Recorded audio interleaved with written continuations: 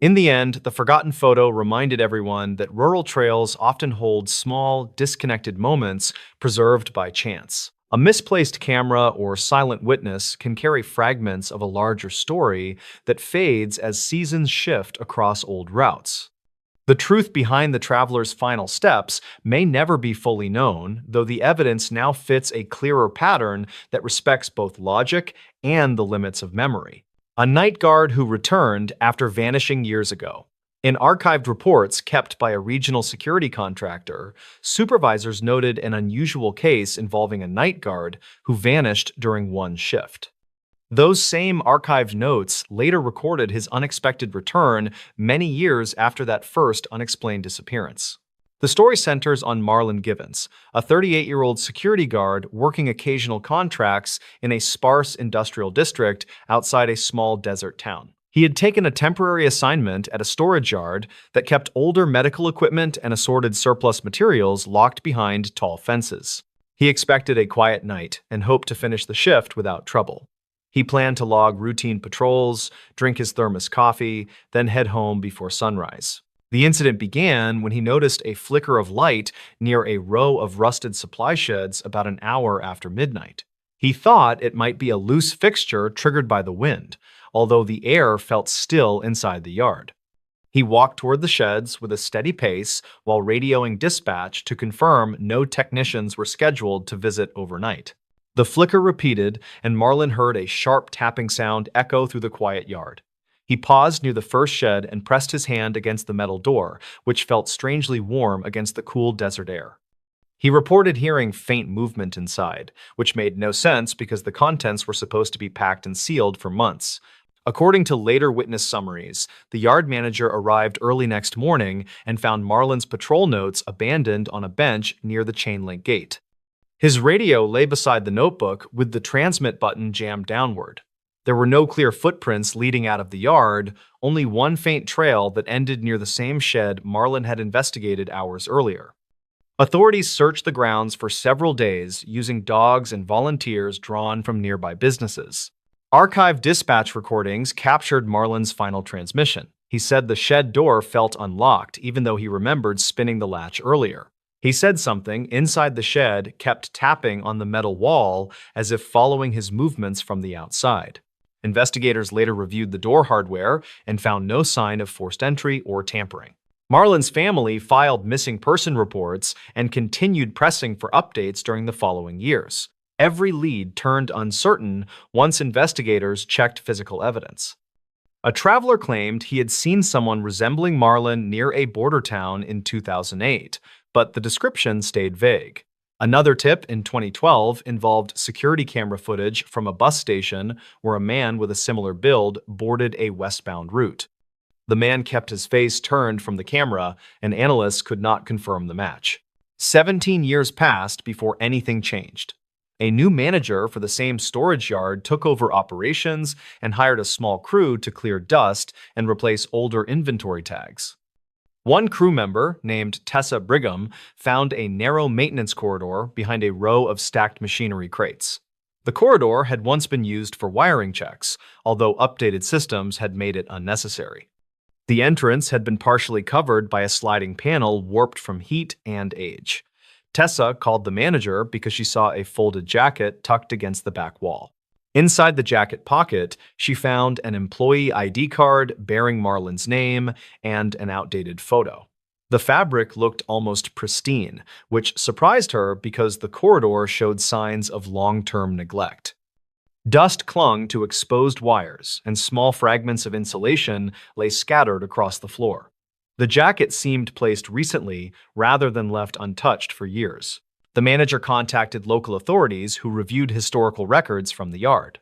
They measured the space and documented the temperature difference inside the narrow corridor compared with the surrounding building.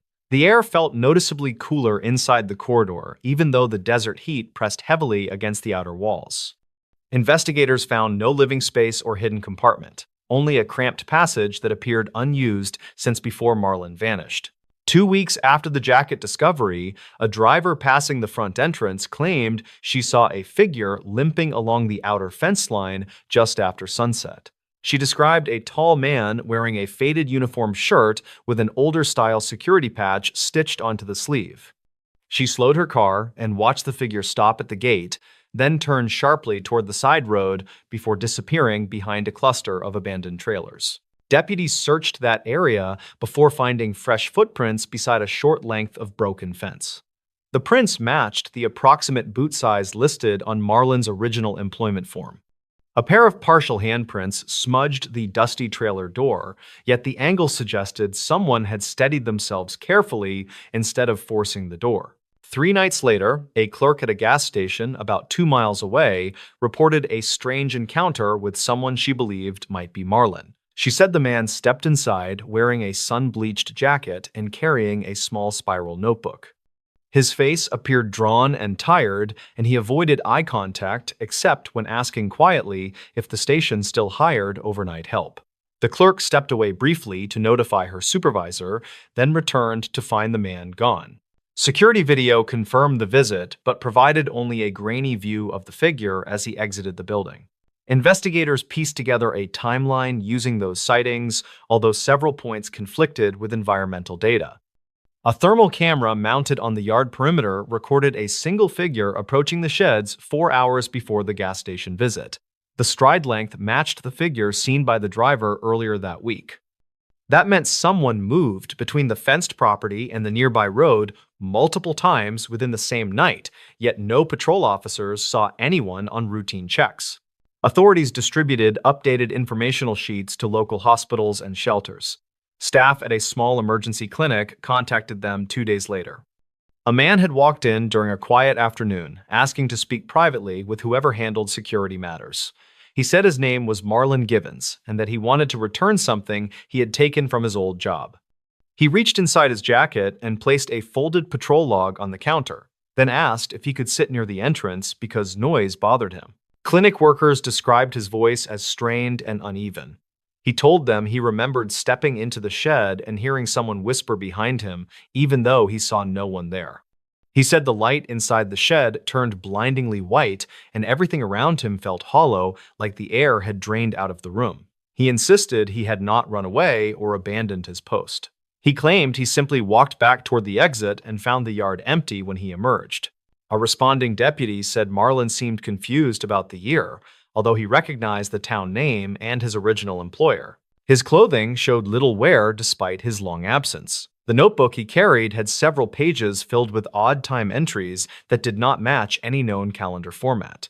Each entry tracked moments by counting shadow movements or changes in distant sounds rather than standard clock hours.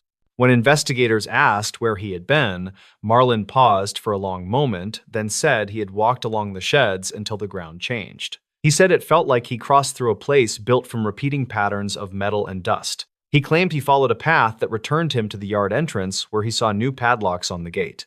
He appeared genuinely unaware that many years had passed since he first vanished. Medical staff examined him and found no serious injuries.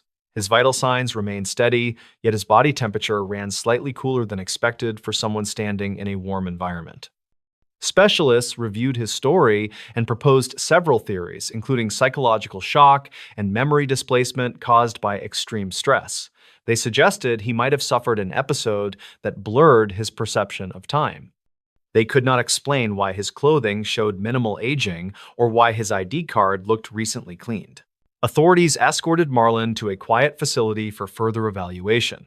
He answered questions politely, but avoided any mention of the narrow corridor where his jacket had been discovered. When shown a photograph of the corridor, he lowered his gaze and said he recognized the texture of the wall, but did not understand how his jacket reached that place. He said he felt overwhelmed by certain mechanical noises in the building and asked if he could wait outside until the interview ended. Investigators continued reviewing logs from the night he vanished. They found a short audio clip recorded by a faulty perimeter microphone that had remained stored on an old server. The clip captured a hollow metallic ringing, followed by a voice resembling Mrballen's. He said someone kept calling his name softly from inside the shed, even though he knew he was alone. Analysts could not determine whether the voice belonged to a person or a distorted echo created by shifting metal. Mrballen eventually returned to stay with distant relatives in another state after the facility cleared his release. Officials stopped their active investigation and recorded the case as a missing person who reappeared under unusual circumstances.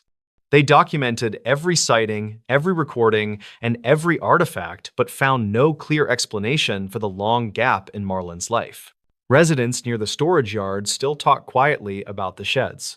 Some say the flickering light has returned many times, although the equipment inside has not changed in years. Others claim they have seen a tall figure walking between the crates long after the yard closes for the night. Each story remains unverified, but the security company moved patrol routes away from the sheds as a precaution. The case leaves more questions than answers. Mrballen lives quietly and avoids discussing the event except when officials request brief statements. He says he feels grateful for ordinary routines and tries not to dwell on the missing years. He still believes he only stepped into the shed for a short moment and returned to find the world changed around him. No clue in the case? Check the basement steps. Archived county summaries about a stalled investigation often mention one note written in shaky handwriting by a frustrated detective. The note said, investigators found no lead strong enough to explain a disappearance until someone suggested checking the basement steps. The account follows Rowan Latchford, a 34-year-old property inspector assigned to evaluate older rental homes in a quiet valley town. Rowan spent that week finishing reports for a company that kept tight schedules, and he hoped the final inspection would be quick. The house sat on a narrow road lined with cottonwoods, and he expected nothing unusual inside the small structure beyond routine wear and dusty vents. Trouble began when he entered the house near midday and noticed an open binder on the kitchen counter. The binder belonged to the previous tenant, according to later interviews, and held receipts mixed with scattered pages of personal notes. Rowan reached for the binder and heard a faint scrape from somewhere under the floor.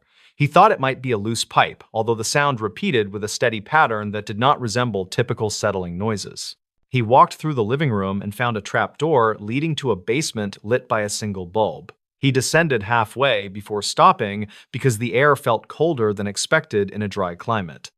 According to the official interview he filed that afternoon, Rowan stepped onto the second wooden stair and felt a gentle vibration run through the structure. He called out to check whether anyone stayed below. Investigators later confirmed the basement held only boxes, an old dryer, and a short tool bench. Yet Rowan insisted he heard someone move through the darkness as if sliding an object across concrete. He backed away carefully and climbed to the kitchen, where he took several photos for his report. While doing so, he noticed a narrow gap beside the fridge that revealed part of the basement wall. The gap looked new, almost as if someone had cut into the plaster recently. That evening, Rowan delivered his standard paperwork to the office, and the supervisor added the file to a growing set of documents about the property. 3 people had rented the house during the decade before Rowan visited, and each left after short stays. One renter never picked up her final deposit refund. Records noted she vanished during late summer of 2007 after calling a friend about strange noises under the floor. A local deputy remembered limited details about that older case because the missing renter left few personal items. The deputy said they searched the basement carefully and found nothing suspicious beyond the older wiring and a slight draft behind the tool bench. According to dispatch logs, no further action was taken and the case grew cold within months. After Rowan mentioned the vibration on the second stair, the supervisor contacted county officials to reassess the house. A small team visited the property during a cool morning and measured floor temperatures. They found the steps leading into the basement remained colder than the surrounding air by several degrees. They traced the draft to a narrow channel in the wall, although they struggled to find an accessible entry point. A specialist reviewing older structural plans discovered an unusual mark in the blueprint for the original foundation. The mark indicated a void that did not match the visible basement layout. The team returned to the house and placed a sensor near the second stair. The device recorded faint rhythmic impacts similar to tapping on hollow material. The pattern repeated at irregular intervals and grew louder when weight pressed on the step above. A neighbor living across the road reported that the house had a strange reputation long before Rowan's visit. She claimed she often heard soft metallic knocks coming from its open windows at night. She also recalled seeing a tenant in 2011 leave the house carrying a heavy bag while glancing repeatedly toward the basement door. He drove away before anyone spoke with him again. Investigators reviewed audio clips captured by the sensor. One clip contained a muffled voice that sounded like a whisper rising through the floor. The words stayed unclear, yet the tone suggested someone calling for assistance. They compared the voice with emergency calls from 2007 made by the renter who disappeared. Some vowel shapes matched, although experts could not guarantee a perfect link. Authorities returned to the house for a deeper inspection. They removed the boards covering the second stair and found a thin metal sheet fixed between the wood planks. Someone had cut a small notch along the sheet edge, which connected to the narrow channel inside the wall. A slight draft rose through the notch as if air flowed from a lower space that had not been mapped. They shifted equipment and followed the channel downward with a fiber camera. The footage showed a cramped void between concrete barriers filled with tangled wires, scraps of fabric, and a scattering of small objects. One object looked like a bracelet that matched a description listed in the old missing person report. Investigators enlarged the image and confirmed its distinctive pattern from archived photos provided by the renter's family. Workers pried open a section of the wall and expanded the narrow channel enough for entry. They climbed inside and found a small step cut into the concrete, leading deeper than expected. The air remained chilly even though the day felt warm outside. The step descended into a pocket shaped like an unfinished room. At the center, they discovered a collapsed wooden frame and two crates holding personal items, including a journal. The journal dated back to 1999 and belonged to an earlier tenant who left the property without notice. The entries grew increasingly erratic and described nightly tapping under the stairs. He wrote that the sound followed him through the house as if tracing his footsteps. His final entry stated he planned to investigate the second stair because he felt certain a cavity existed beneath it. Forensic teams examined the cavity thoroughly and found soil marks that suggested someone had crawled through the space multiple times. They also found clothing fibers matching samples from the tenant who vanished in 2007. However, they found no conclusive physical evidence at the deeper end of the cavity. The space narrowed until only loose dirt filled the final few feet. Rowan learned about the discovery from the supervisor, who praised his attention to detail. He struggled to sleep for several nights after hearing how closely the clues linked to the missing cases.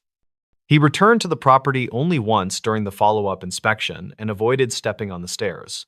He said the air still felt heavier near the second step, even with investigators present.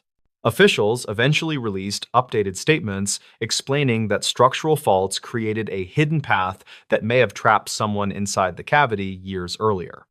They admitted uncertainty about the full timeline because evidence remained fragmented. They documented every item found in the void and closed access permanently to prevent future incidents. Neighbors continue sharing quiet theories about the lingering sounds. Some claim new tenants reported faint taps during late hours even after the cavity was sealed. Others believe the vibrations were caused by shifting soil and older pipes reacting to temperature changes. None of those theories explain the whispered voice caught on the sensor or the matching bracelet found below the steps. Rowan still works as an inspector and avoids discussing the case with coworkers. He says the lesson stayed simple. When a property offers no obvious clue, it helps to check the places overlooked for decades. He adds that he remembers the cold air rising through the notch in the stair and hopes no one else hears movement in that space again. This coastal church basement is a hidden trap. Investigators who reviewed an old coastal safety report often mention one overlooked line about a basement beneath a small church. The report warned that the basement layout did not match any registered plans, which suggested a hidden space that few locals knew existed. The story follows Leda Corvan, a 36-year-old maintenance contractor hired to check storm damage along a quiet shoreline district. She worked for a regional service crew that handled repairs for aging buildings near the harbor, and she arrived expecting a simple survey.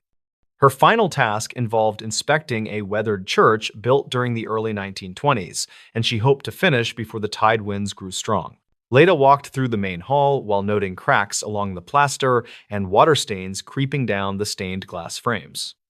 She found the air noticeably colder near the rear doorway, and she marked it as a possible ventilation issue. She planned to measure the heating ducts, then return to her truck before reporting her findings. Trouble began when she stepped into a narrow corridor that led toward the basement.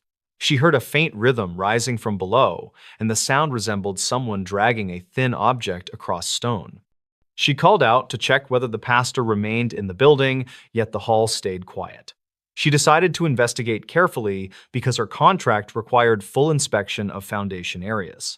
According to her later written statement, Leda descended the first set of stairs and reached a landing paved with old bricks. She noticed a light fixture that flickered weakly, and each flicker seemed timed with the dragging sound rising through the floor.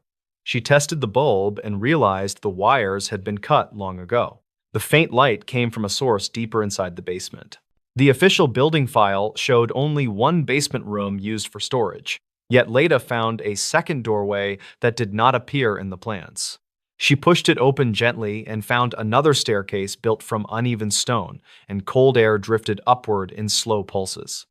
She switched on her small inspection lamp and stepped downward until she reached an arched chamber lined with damp walls.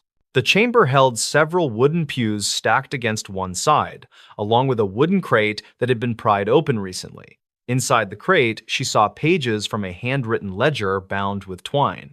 The pages described attempts to reinforce the church foundation during 1954 using volunteers rather than licensed workers.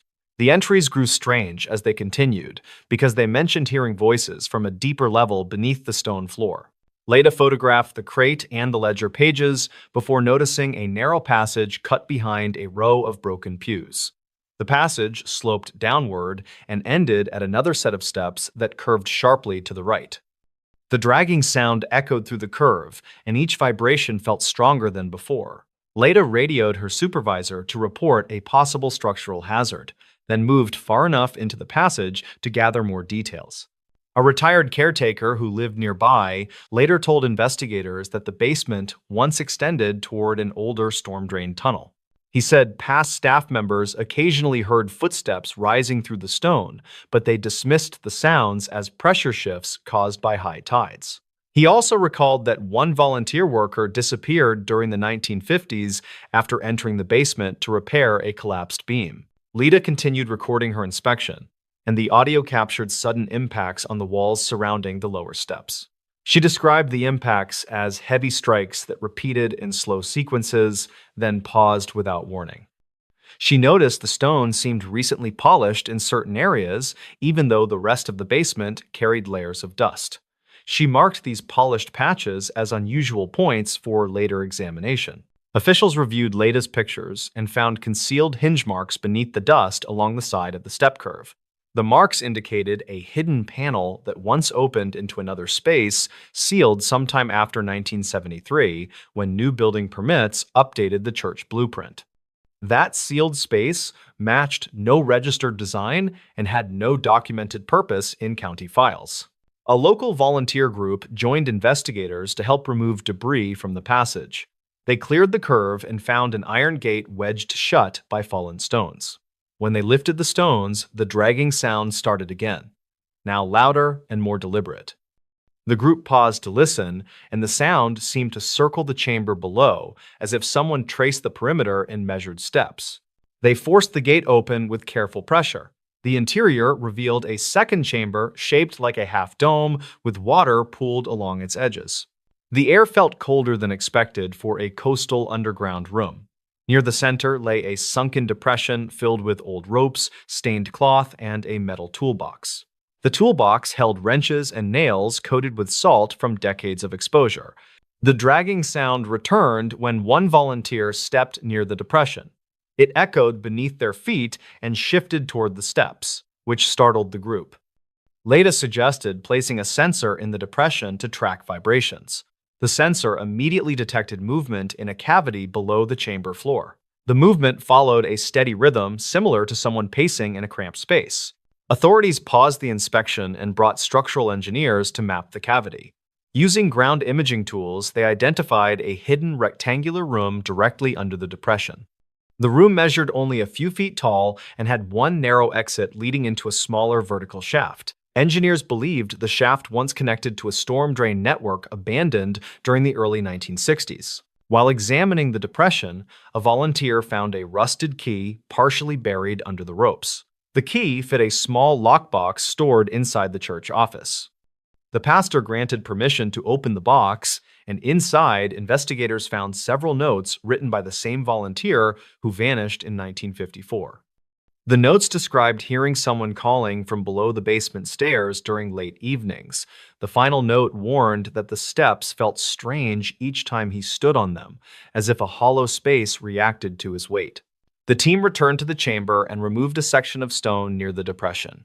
They uncovered the top of the hidden room beneath, and inside, they found fragments of clothing, bits of rope, and a metal tag bearing the vanished worker. What investigators pulled from that lake tunnel? A forgotten service tunnel sat beneath a quiet mountain lake for nearly 40 years, sealed behind rusted grates that no one bothered to maintain. Rangers believed the old structure had collapsed long ago, and most locals barely remembered why it existed in the first place. That changed after a dry summer lowered the waterline and exposed the entrance again. What investigators pulled from that lake tunnel forced them to reopen a case they once treated as little more than a strange disappearance. Maren Halcombe was a 35-year-old trail engineer who specialized in documenting aging infrastructure around lakes and reservoirs. She spent most days hiking between work sites with a heavy pack full of radios and mapping tools. On a warm morning in late August, she drove to Alder Lake, a small body of water known for its calm surface and thick pine ridges. Her assignment was routine: inspect erosion along the northern bank, verify the safety of old retaining walls, then return before dusk.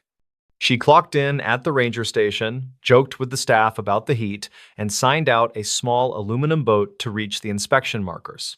Maren motored out at noon.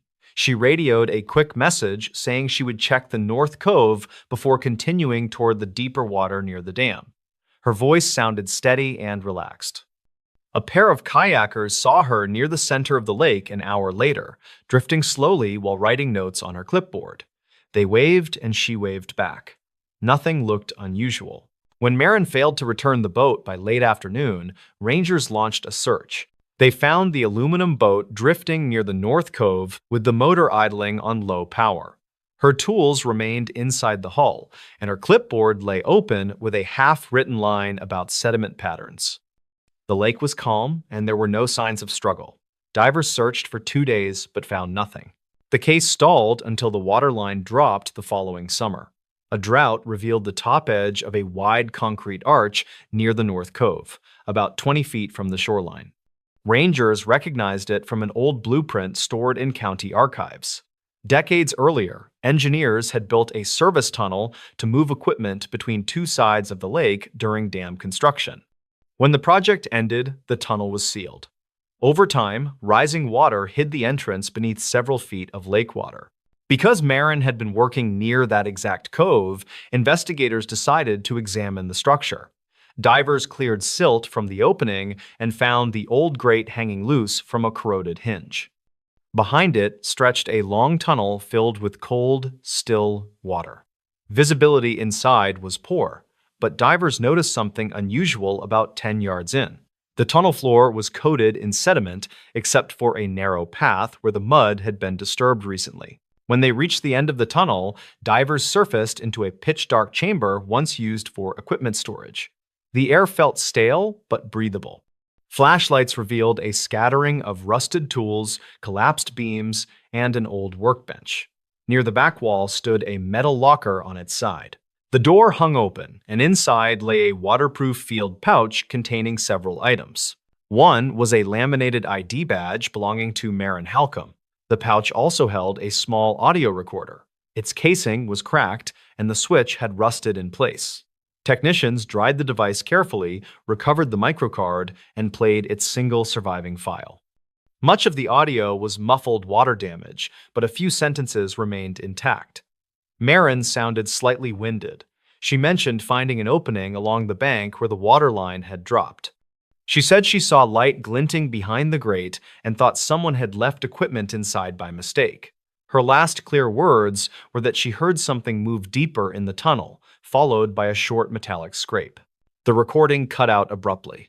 Investigators returned to the chamber and examined drag marks along the floor. The marks suggested someone or something had been pulled across the concrete toward a narrow side passage that did not appear on the original blueprints. That passage led to a collapsed section where jagged rebar jutted from broken slabs. In that corner, divers found fragments of a torn work glove identical to the ones Marin had checked out that morning. A deeper search uncovered something else. Hidden beneath a fallen beam was a rolled canvas bundle containing several notebooks wrapped in plastic. The notes belonged to a maintenance worker named Heron Colt, who had vanished from a nearby work camp in the late 1980s. His disappearance had been treated as a likely accident after a storm flooded the area. The notebooks told a different story. Heron wrote that he heard movement in the tunnel long after the construction crews had closed it. He mentioned seeing a lantern glow that vanished the moment he approached. His final entry read that he believed someone had been living inside the access chambers after they were sealed. Locals recalled rumors from that time about a man dismissed from the work camp after several confrontations. Witnesses reported seeing him fishing near the North Cove late at night and wandering into restricted areas. Nothing linked him formally to Heron's disappearance, and the matter faded as the lake rose and sealed the tunnel for good. Now, investigators had two vanished people, decades apart, tied to the same underwater structure. During a final sweep, divers found something wedged behind a rusted maintenance cabinet.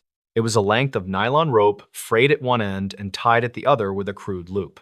The rope had been jammed deep between the cabinet and the wall, as if intentionally hidden. Tests showed it had been submerged only a short time. Nearby, on a scraped section of concrete, technicians lifted a partial boot print inconsistent with Marin's or the diver's equipment. The pattern matched older logging boots sold regionally in the early 2000s. In the weeks that followed, investigators pieced together a theory. Someone familiar with the old structure had been accessing the tunnel during periods of low water for years. They could have used the storage chamber as a shelter, reachable only when the lake receded. Heron's notes suggested this individual may have been using the tunnel since the construction era. The drag marks and rope indicated the person used the side passage regularly, possibly as an escape route when water levels rose. Marin likely entered out of curiosity, unaware that the tunnel still had a living occupant. No trace of that occupant was found. Not in the chamber, not in the woods surrounding the lake. Rangers increased patrols, and the county sealed the entrance with reinforced concrete. Boaters still avoid the North Cove, and longtime residents say the lake feels different now, quieter in a way that makes people stay close to shore. What investigators pulled from that lake tunnel offered no final answers, only the remnants of two lives interrupted decades apart. The items sit in climate-controlled storage boxes in the county evidence room. Marin's clipboard rests beside Heron's notebooks. Both point toward the same forgotten place beneath the lake where darkness, stale air, and unexplained movement lived long after the surface world forgot the tunnel even existed. Why this forest bridge terrified every hiker. A narrow forest bridge became the center of an investigation after hikers reported the same strange detail that appeared again and again over nearly a decade. That bridge stood deep inside a protected woodland reserve, and although thousands of people passed it during daylight, only a handful crossed it near dusk. Their accounts drove rangers to review old logs, archived calls, and a long-neglected report that revealed why so many felt uneasy near that span. Elon Mercer was a 31-year-old trail cartographer hired to document erosion along older footpaths. His job required long hikes with a pack full of measuring tools, and he often worked alone because his schedule changed constantly. One afternoon in early fall, he planned a simple route that would take him over a ridge, down into a fern-covered valley, then across the narrow footbridge locals called Pine Crossing. He left the ranger station just after noon, logged his coordinates, and told the desk attendant he expected to return before sunset. He moved quickly for the first few miles. The air felt crisp, the forest quiet, and the trail looked freshly cleared. By mid-afternoon, he reached the ridge and began his descent toward the bridge. At that point, he radioed a short update saying the trail conditions seemed stable. His tone sounded normal. Nothing suggested concern. Nearby hikers later said they saw him pass with an easy stride, and he nodded politely before heading farther down the trail. Elon did not return that evening. The desk attendant called him at 7, then called again 30 minutes later. No response came through the radio, and his phone went straight to voicemail. Rangers hiked out with flashlights and checked the ridgeline first. They found nothing until they reached the bridge where Elon's pack sat propped against the railing. His tools were inside, neatly arranged. The pack showed no damage, and his notes appeared undisturbed. The only unusual detail was a thin coating of soil on the bridge boards, as if someone had crossed moments earlier. Search teams swept both sides of the valley for 2 days. Cadaver dogs tracked faint scent trails along the waterline, but lost the trail near a cluster of boulders. Investigators found no sign of struggle and no footprints other than a partial print near the bridge that did not match Elon's boots. The absence of evidence strengthened the feeling that he had been led away rather than forced. The case stalled when no additional clues surfaced. The turning point arrived 3 years later when a visiting hiker named Tessa Grange reported hearing footsteps behind her as she crossed the same bridge. She turned twice but saw no one. The forest felt still, and she described a sudden sensation of someone standing close to her left shoulder. She walked faster and reached the opposite bank without looking back again. When she returned to the ranger station, she filed a quick statement and mentioned a detail that startled the staff. She said she heard a low metallic click near the end of the bridge. That matched a sound noted in Elon's original report logs from earlier that year. Rangers reviewed archived incident files and discovered several scattered entries that all described the same feature. Hikers said the boards near the center of the bridge creaked in a pattern that suggested weight distributed unevenly. A few noted a shadow that lingered longer than their own. One hiker claimed she heard someone whisper her name even though she had not passed anyone for nearly an hour. None of these reports were strong enough to justify investigation until the pattern became clear. When investigators revisited Pine Crossing, they observed the structure's condition closely. The bridge spanned a narrow ravine with a shallow stream beneath it. Thick moss covered the rocks, and the air carried a mild echo. The railing stood weathered but stable. The boards near the center did creak, but not consistently. What caught their attention were faint tool marks beneath the central platform. These marks suggested someone had removed boards in the past and replaced them imperfectly. The pattern of the marks aligned with someone using the underside of the bridge as a temporary hiding place. Further inspection revealed a narrow ledge accessible from the ravine wall. The ledge sat just wide enough for a person to stand or crouch. Rangers believed someone could reach the underside of the bridge from that spot and climb onto the lower support beams. A worn patch of bark on a nearby tree indicated that someone had grabbed hold repeatedly. Soil samples collected from the underside matched soil from a remote trail spur that did not appear on public maps. That spur led toward an old forestry shed abandoned decades earlier. Investigators hiked to the shed and found a rusted lock on the door. The lock hung broken, and the interior looked dusty yet disturbed. A single lantern sat on a shelf beside a small notebook containing a few pages of rough writing. The notes described frustration about hikers who crossed Pine Crossing after dark. One line read that footsteps carried clearly across the bridge, and that the writer needed the sound to confirm timing. Another line mentioned watching from the ravine ledge and waiting for the right person who moved alone. The writing did not include a name or date, but the paper quality suggested it had been left around the time Elon disappeared. Inside a nearby cabinet, investigators found an older model trail counter. The device recorded motion along a narrow path and stored basic timestamps. When technicians accessed the memory, they found several entries showing activity near the ravine at irregular intervals. One timestamp aligned closely with the day Elon vanished. Another aligned with the day Tessa heard footsteps behind her. The counter logs suggested someone used the hidden spur trail regularly until roughly a year before the device was discovered. Rangers interviewed longtime residents living near the forest boundary. One elderly man recalled seeing a figure carrying a lantern near the ravine 10 years earlier. He assumed it was a surveyor until he noticed the figure walking directly beneath the bridge. A former fire crew volunteer remembered that the old forestry shed was once used as a temporary lookout post during wildfires.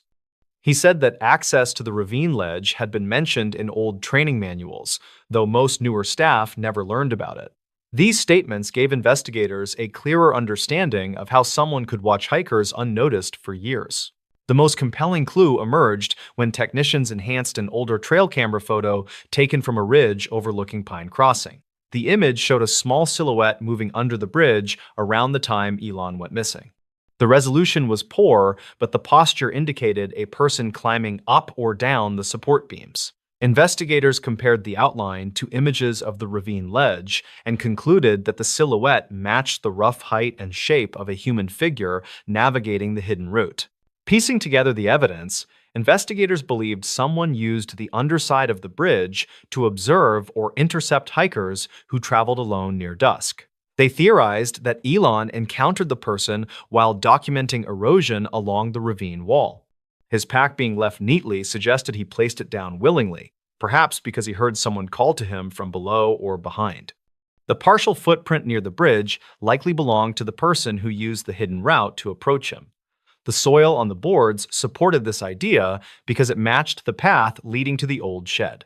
The findings did not solve every part of the case, yet they offered the clearest explanation for why Pine Crossing felt unsettling to so many. The idea that someone had waited below the bridge, listening for footsteps and watching silhouettes, was enough to unsettle even experienced hikers. Rangers reinforced the structure shortly after the investigation and sealed access to the ravine ledge. They also closed the old spur trail and removed remaining debris from the forestry shed. Today, Pine Crossing looks like any other narrow forest bridge, though those who know its history still cross it quickly. They say the boards hold echoes from the years when a hidden figure waited beneath them, listening for a single set of footsteps fading into the valley. The forest remains quiet, but every creak of the railing reminds hikers of why the bridge earned its reputation and why investigators still study the case to understand what truly happened on the day Elon Mercer disappeared. The warning hidden in that old dashcam file. A forgotten dashcam file sat on an aging memory card for years before anyone bothered to play it, and the warning recorded in those shaky seconds pushed investigators back toward a case they thought had ended. The file came from a car abandoned in a storage lot behind a rural towing company, and the message inside it raised questions that no one could answer cleanly. Ryland Corbett was a 34-year-old landscape electrician who drove long routes across scattered mountain towns. He kept a careful routine so he could reach each job site before sunrise, and he relied on an old dashcam mounted beneath his rearview mirror to track mileage and protect himself from liability.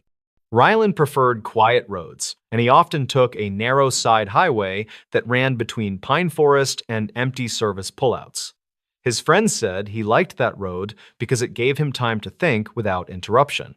On a cool night in early autumn, Ryland left a job site later than normal. He told a coworker he planned to drive straight home rather than stay in town. He looked tired but steady, and he mentioned nothing about trouble.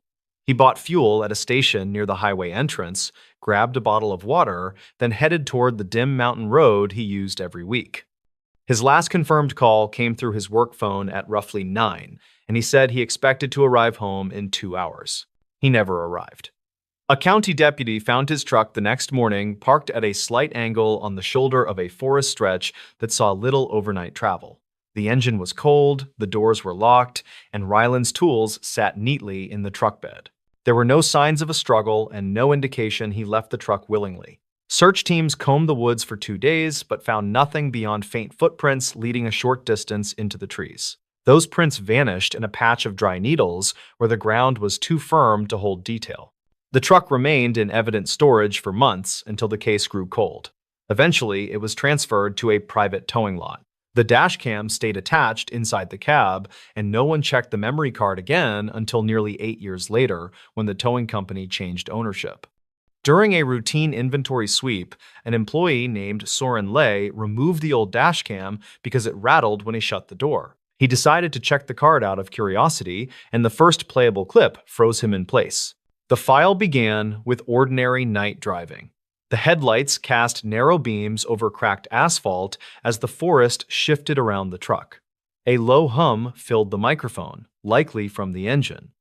Ryland's voice appeared once near the start, and he sounded annoyed about a vehicle that seemed to be trailing him for several miles. His tone was controlled, yet it carried an edge of confusion. He asked if the driver behind him needed to pass, then muttered that the vehicle kept fading out of view and returning again. A few minutes into the video, the headlights from a trailing vehicle appeared at the far edge of the frame. The light glared briefly, then vanished as if the driver dipped their beams or pulled back suddenly. The dashcam's date stamp suggested it matched the time frame of Ryland's disappearance, though the digits were partially corrupted.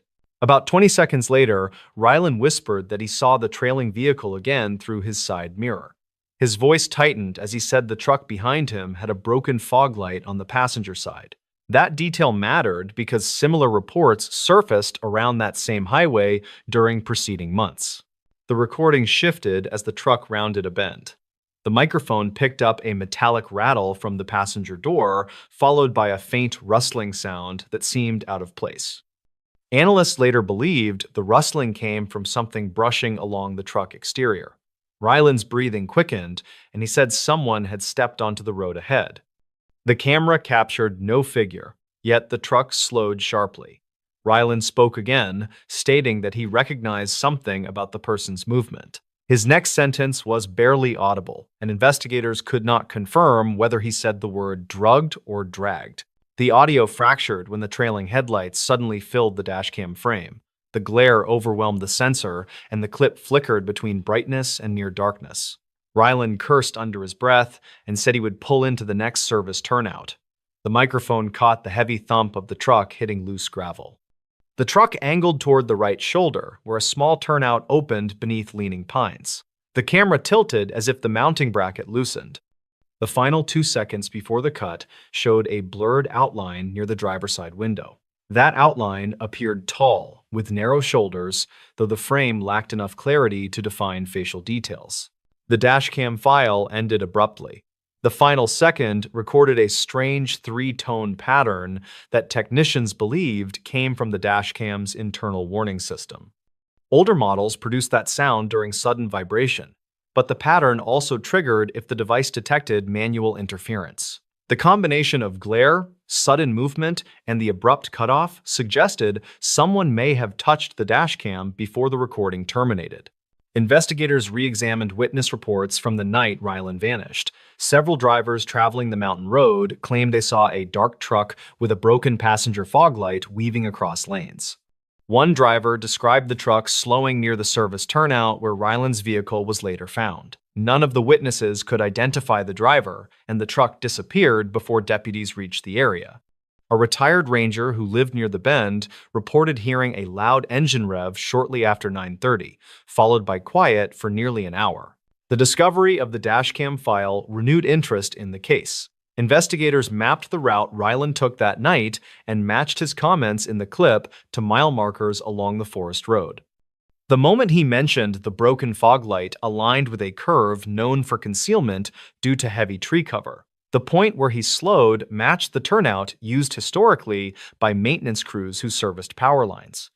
That turnout had a narrow footpath leading deeper into the woods, though the path was overgrown by the time search teams inspected it again. The dashcam audio mentioning recognition gained particular interest. Ryland had completed several contracts in the same region during the months before his disappearance, and he frequently worked near remote properties. Detectives theorized that he may have encountered the same vehicle or person previously. His coworker mentioned an incident where Ryland complained about someone idling along a worksite access road late at night. Ryland believed the driver observed him for several minutes before speeding away.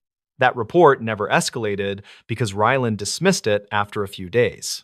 Advanced audio processing on the final seconds of the clip revealed a faint background voice overlapping Ryland's last words. The voice spoke too quietly to capture full phrases, though analysts isolated a short fragment that sounded like "keep him there" or "keep it there." They could not determine if the voice came from inside the truck or through the partially open window. The possibility of a second person near the vehicle strengthened the idea that Rylan had pulled over because he believed he could talk to whoever stepped into the road. The three-tone warning pattern at the end of the clip became a focal point.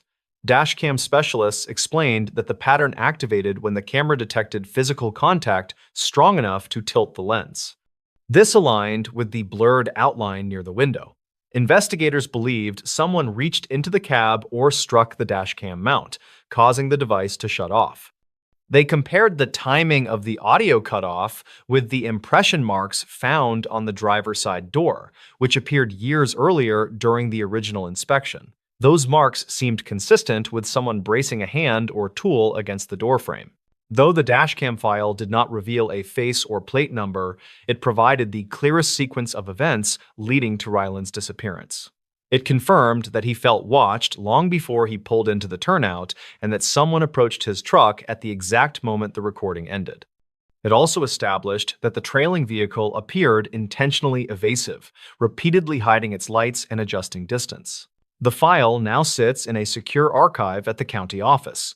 Investigators revisit it periodically, studying the brief seconds that captured Rylan's warning. They say the clip reflects a man who realized something was wrong, but still believed he could manage the situation. Locals who travel the mountain road at night still talk about the broken fog light that appeared in several witness reports and the possibility that the driver behind it learned the forest well enough to disappear without trace. The warning hidden in that old dashcam file continues to shape how the case is understood, offering a glimpse into those final moments when headlights, shadows, and a sudden outline at the driver window converged into one unanswered mystery. What this abandoned motel closet was hiding. An old desert motel was weeks from demolition when workers opened a closet in one of the back rooms and uncovered something that forced an investigation into a case many people had forgotten. That closet sat behind a warped door in a corner unit that rarely rented out, and the discovery inside it changed how investigators understood a disappearance from years earlier. Taryn Isley was a 32-year-old field surveyor who often stayed in small roadside motels during long environmental assessment jobs. She traveled alone most weeks, and her company booked her into older motels because they were inexpensive and usually quiet. On a warm afternoon in late spring, she checked into the Suncrest Motor Lodge, a property near the edge of a small desert town that had lost business as newer hotels opened along the highway. Taryn stayed there once before and remembered the rooms being basic but reliable. Her goal for the day was simple. She planned to organize soil samples, send a few reports, then rest before an early drive to the next survey site. She dropped her bags onto the bed, opened the curtains, and called her supervisor to confirm the next morning's route. Her tone in that call seemed cheerful, and there was nothing unusual about her routine. She walked down to the vending machines an hour later, waved politely at the clerk behind the counter, then returned to her room. Taryn did not answer calls the next morning. Her supervisor tried repeatedly before contacting the motel. The clerk knocked but received no reply. He used a spare key and found the room undisturbed with her belongings arranged neatly. Her truck was still parked outside. There was no sign of forced entry, and nothing indicated she left willingly. A search team examined the property for 2 days but found no trace of her. The case joined a short list of local disappearances that lacked clear leads. Years passed until the new highway project selected the Suncrest Motor Lodge site for demolition. A renovation crew entered the rooms to remove fixtures, and worker Jolyn Red pulled at a closet door in one of the corner units. The hinges creaked loudly because the door had swollen from years of heat. Dust billowed into the room as the door opened. Inside, Jolyn noticed a thin layer of drywall dust across the floor and something wedged behind a loose panel near the bottom. He pulled the panel outward and revealed a narrow space that ran behind the closet wall. Inside that space lay a folded work jacket, a disposable camera, and a small handheld recorder with a cracked casing. A motel inventory sheet from more than 10 years earlier was tucked beneath the jacket. The items appeared undisturbed, and the motel owner confirmed that the closet had never been repaired or altered during that period. Investigators took the items and examined them in a controlled environment. The disposable camera contained 8 undeveloped frames. Technicians processed the film and recovered images that showed portions of motel hallways, an empty parking lot at night, and one blurred frame taken from inside a room. The angle of that interior photo matched the layout of the room where Taryn stayed. Time codes were faded, but the chemical degradation suggested the film dated from the same period as her disappearance. The recorder held a short audio clip. Most of it contained background static. Near the middle, a faint voice whispered that someone had used the service corridor again and that footsteps had passed the room twice. The voice mentioned hearing a key scrape against the outer door. The final seconds captured a soft metallic sound. Analysts believed it was the same type of sound made by the old utility keys used by maintenance staff at the motel during that era. Detectives interviewed former employees, including a retired maintenance worker named Hollis Greer, who remembered a narrow service corridor that ran behind several rooms. It allowed staff to access plumbing and wiring without entering guest spaces. Hollis said the corridor had several offshoots that were later sealed when the motel changed ownership. He recalled that the corner rooms often had issues with water lines, and those repairs required him to use the hidden access points. Witness statements from long-term residents of the town helped rebuild the timeline. A woman who lived near the motel reported seeing a man wearing a dark jacket walking along the rear service path the night Taryn vanished. She remembered hearing the sound of a heavy door opening, but did not see where the man went afterward.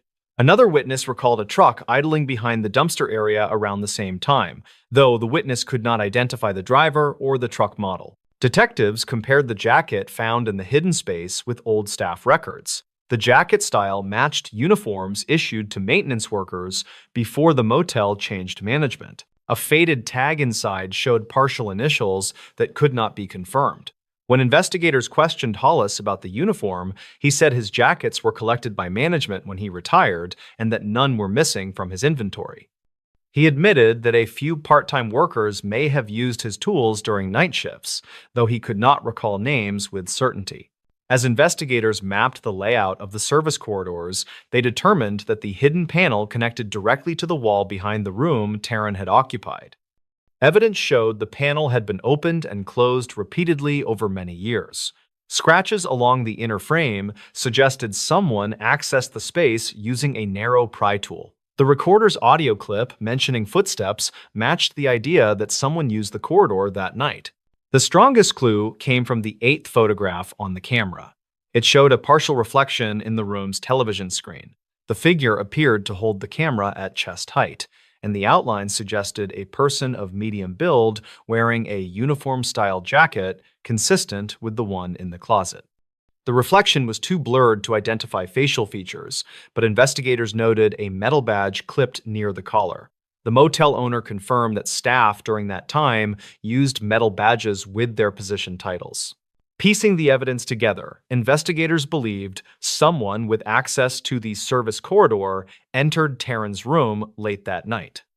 They theorized that Taryn heard something in the hallway, began recording out of caution, then placed the camera and recorder near the closet when she sensed movement behind the wall. The person who entered may have realized she had documented something and hid the items inside the access space before leaving. The absence of signs of struggle suggested she may have been led out of the room under some pretense. The discovery of the hidden items did not solve the case entirely, yet it offered the clearest explanation for why no evidence appeared in the original search. Investigators concluded that the service corridor created an unnoticed route into and out of the room. The corridor's outdated design and its connection to locked utility rooms provided a path for someone who knew the building well.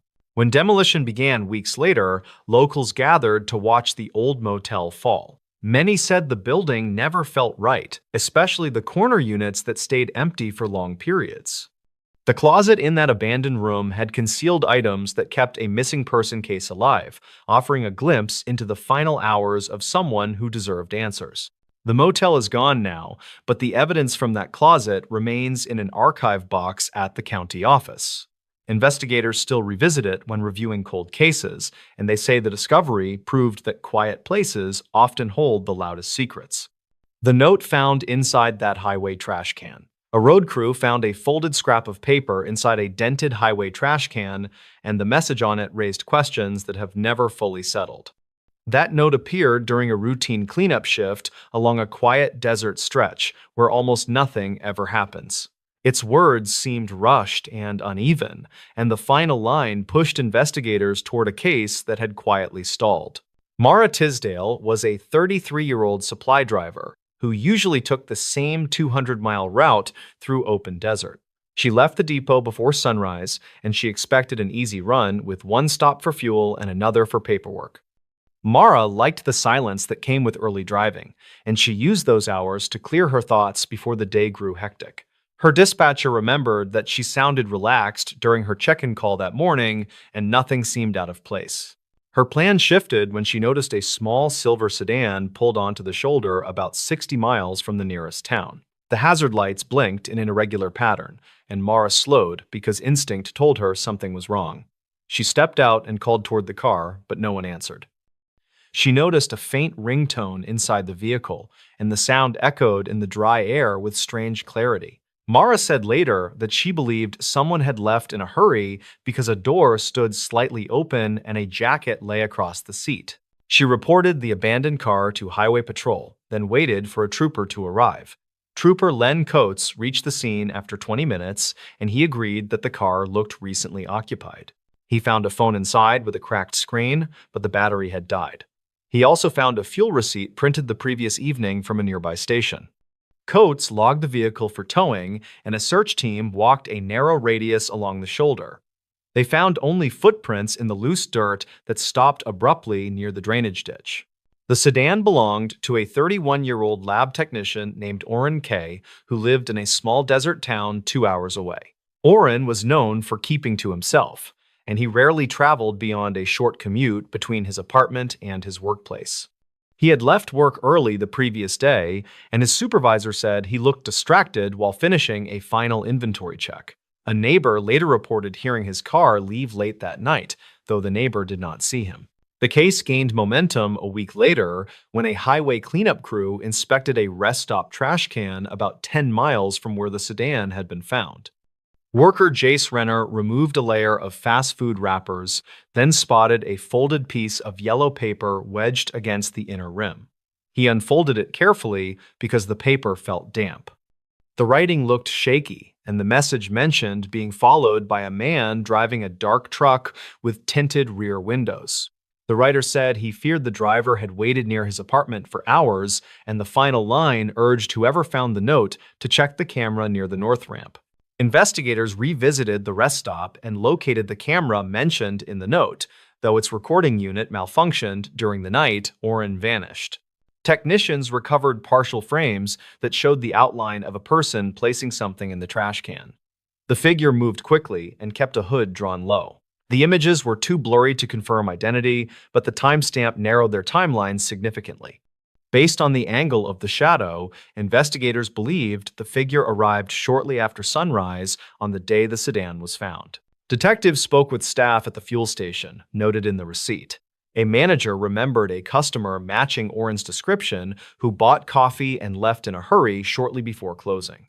The customer asked if anyone else had been in recently, and the manager said that a dark pickup had idled outside for several minutes before driving off.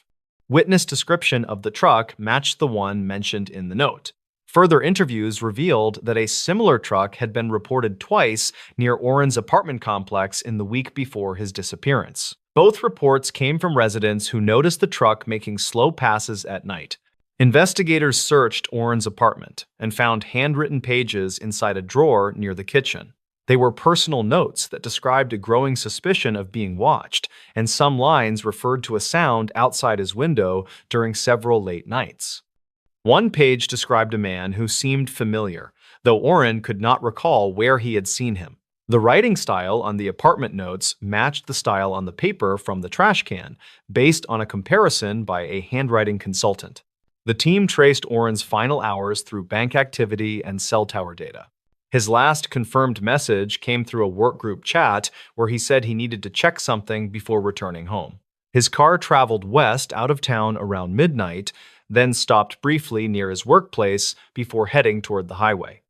Investigators believed he suspected someone was following him and attempted to reach a more populated area, but changed direction after seeing the same truck behind him. Evidence suggested he pulled over to gather his thoughts or write the note before deciding to continue toward the rest stop. The biggest breakthrough came when an off-duty firefighter named Rowan Spence recalled seeing a dark truck speed away from the rest stop around the same time the figure appeared on the camera. Rowan had stopped for water during an early morning drive, and he noticed the truck because its rear lights flickered as if a wire was loose. He thought the driver seemed tense. Rowan did not see any other vehicles nearby, and his account aligned with the timeframes established through the partial footage. Despite these leads, the investigation slowed when no clear suspect emerged. Reports about the truck led to several interviews, but no matches.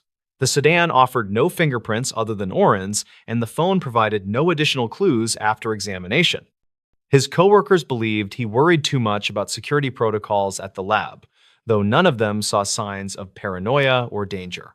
Investigators theorized that Oren may have recognized someone from a past incident, which triggered genuine fear.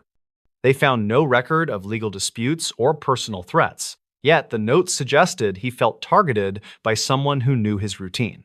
The note inside the highway trash can became the central piece of evidence in a case filled with quiet gaps. Its rushed handwriting captured a few minutes of panic from a man who believed he had run out of options. The mention of the camera helped narrow the timeline, though the malfunction kept investigators from confirming the figure's identity. The case remains open, and the note sits inside an archive box with other items from that morning. The highway crew still works that stretch every week, and they sometimes mention the day the note appeared in an ordinary trash can beside an empty rest stop. They say it reminded them that people often leave traces only when fear outruns caution. The story has stayed alive among locals who still watch for a dark truck on the long road between towns, even though no one has seen one in years. The footage found behind that locked service closet, a quiet clip from an old maintenance camera, is the earliest known piece connected to this event, and it shows a locked service closet that should not have held anything unusual. That clip was later used by investigators who tried to understand what happened to a junior technician named Laron Pike, whose shift ended early in late autumn.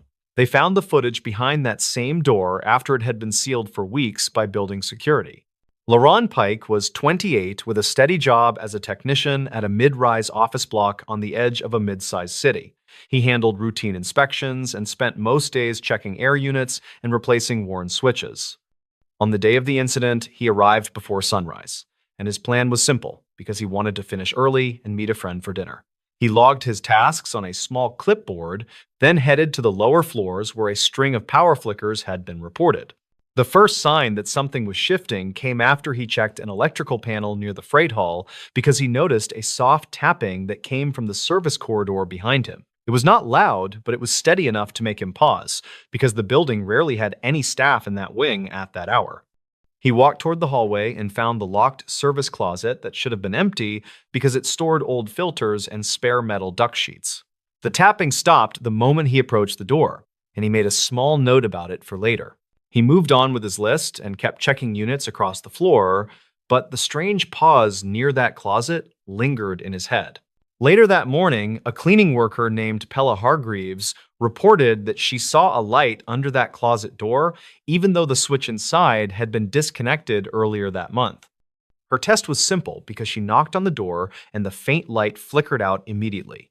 She told Lerone when she ran into him near the supply desk, and he wrote down her statement next to his earlier note. The building manager joined them once the reports were passed to the office, and they all went back to the service corridor to check the closet again.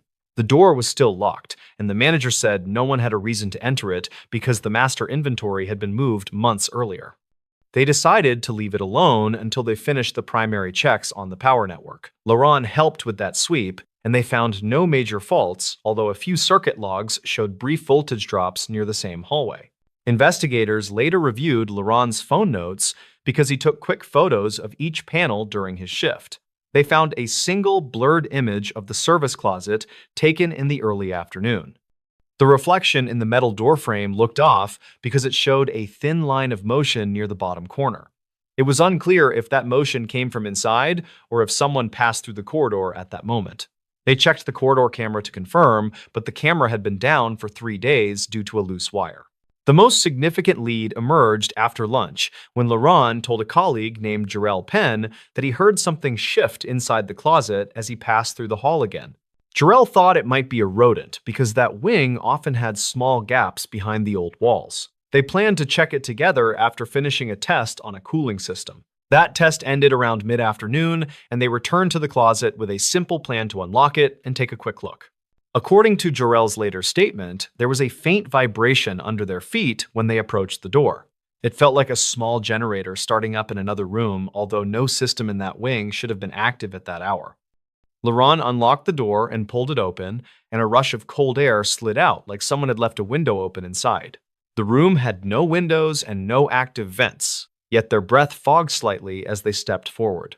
Inside, they found a portable monitor on a crate that should not have been there because no one had logged that equipment for months. The monitor was connected to a small camera that had been mounted near a pile of duct sheets. The camera pointed toward a narrow gap in the back wall that looked like an old access hole for cables. The monitor screen flickered with static for a few seconds before showing a short clip that repeated every time the image reset. The clip showed the back wall from the same angle, but it displayed a timestamp from late summer and showed someone stepping into the frame. The person wore a reflective vest and held a hammer. They looked like a contractor, but no clear face was visible because of the angle.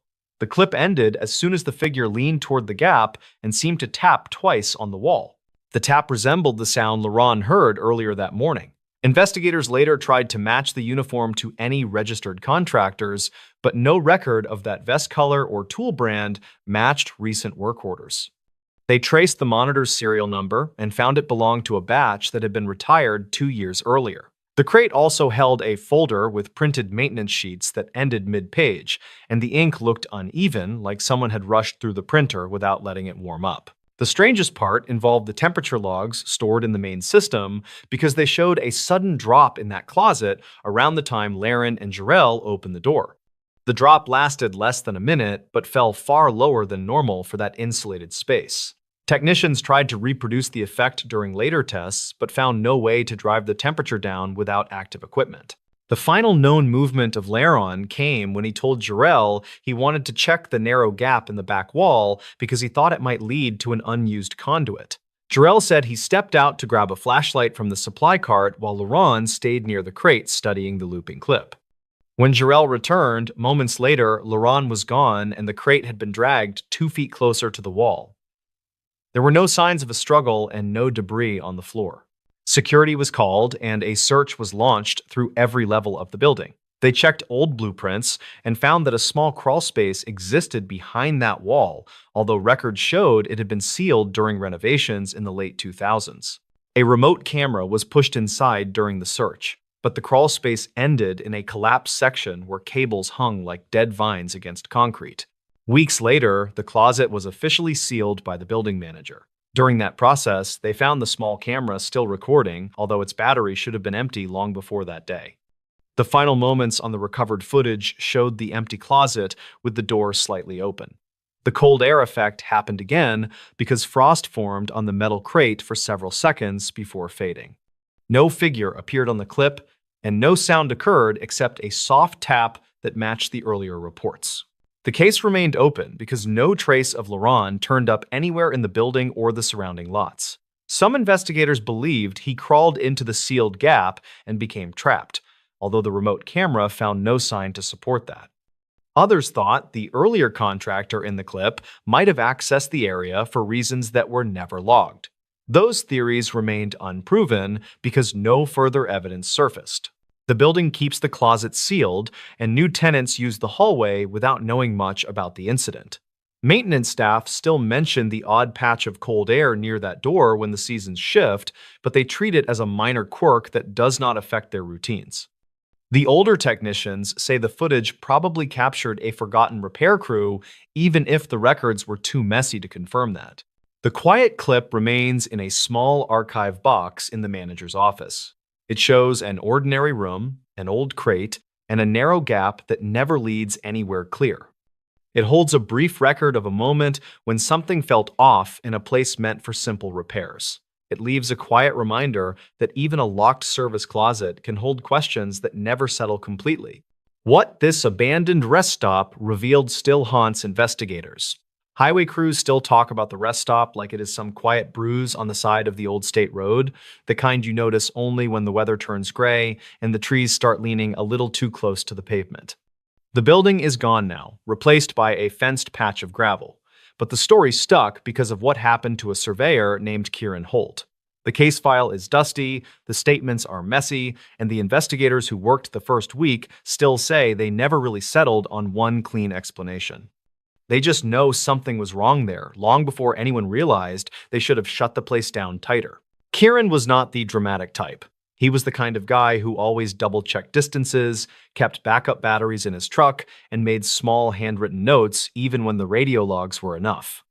He handled hundreds of miles of rural roads for the planning office, and that route took him through long stretches of quiet land where the only sound came from power lines humming over empty fields.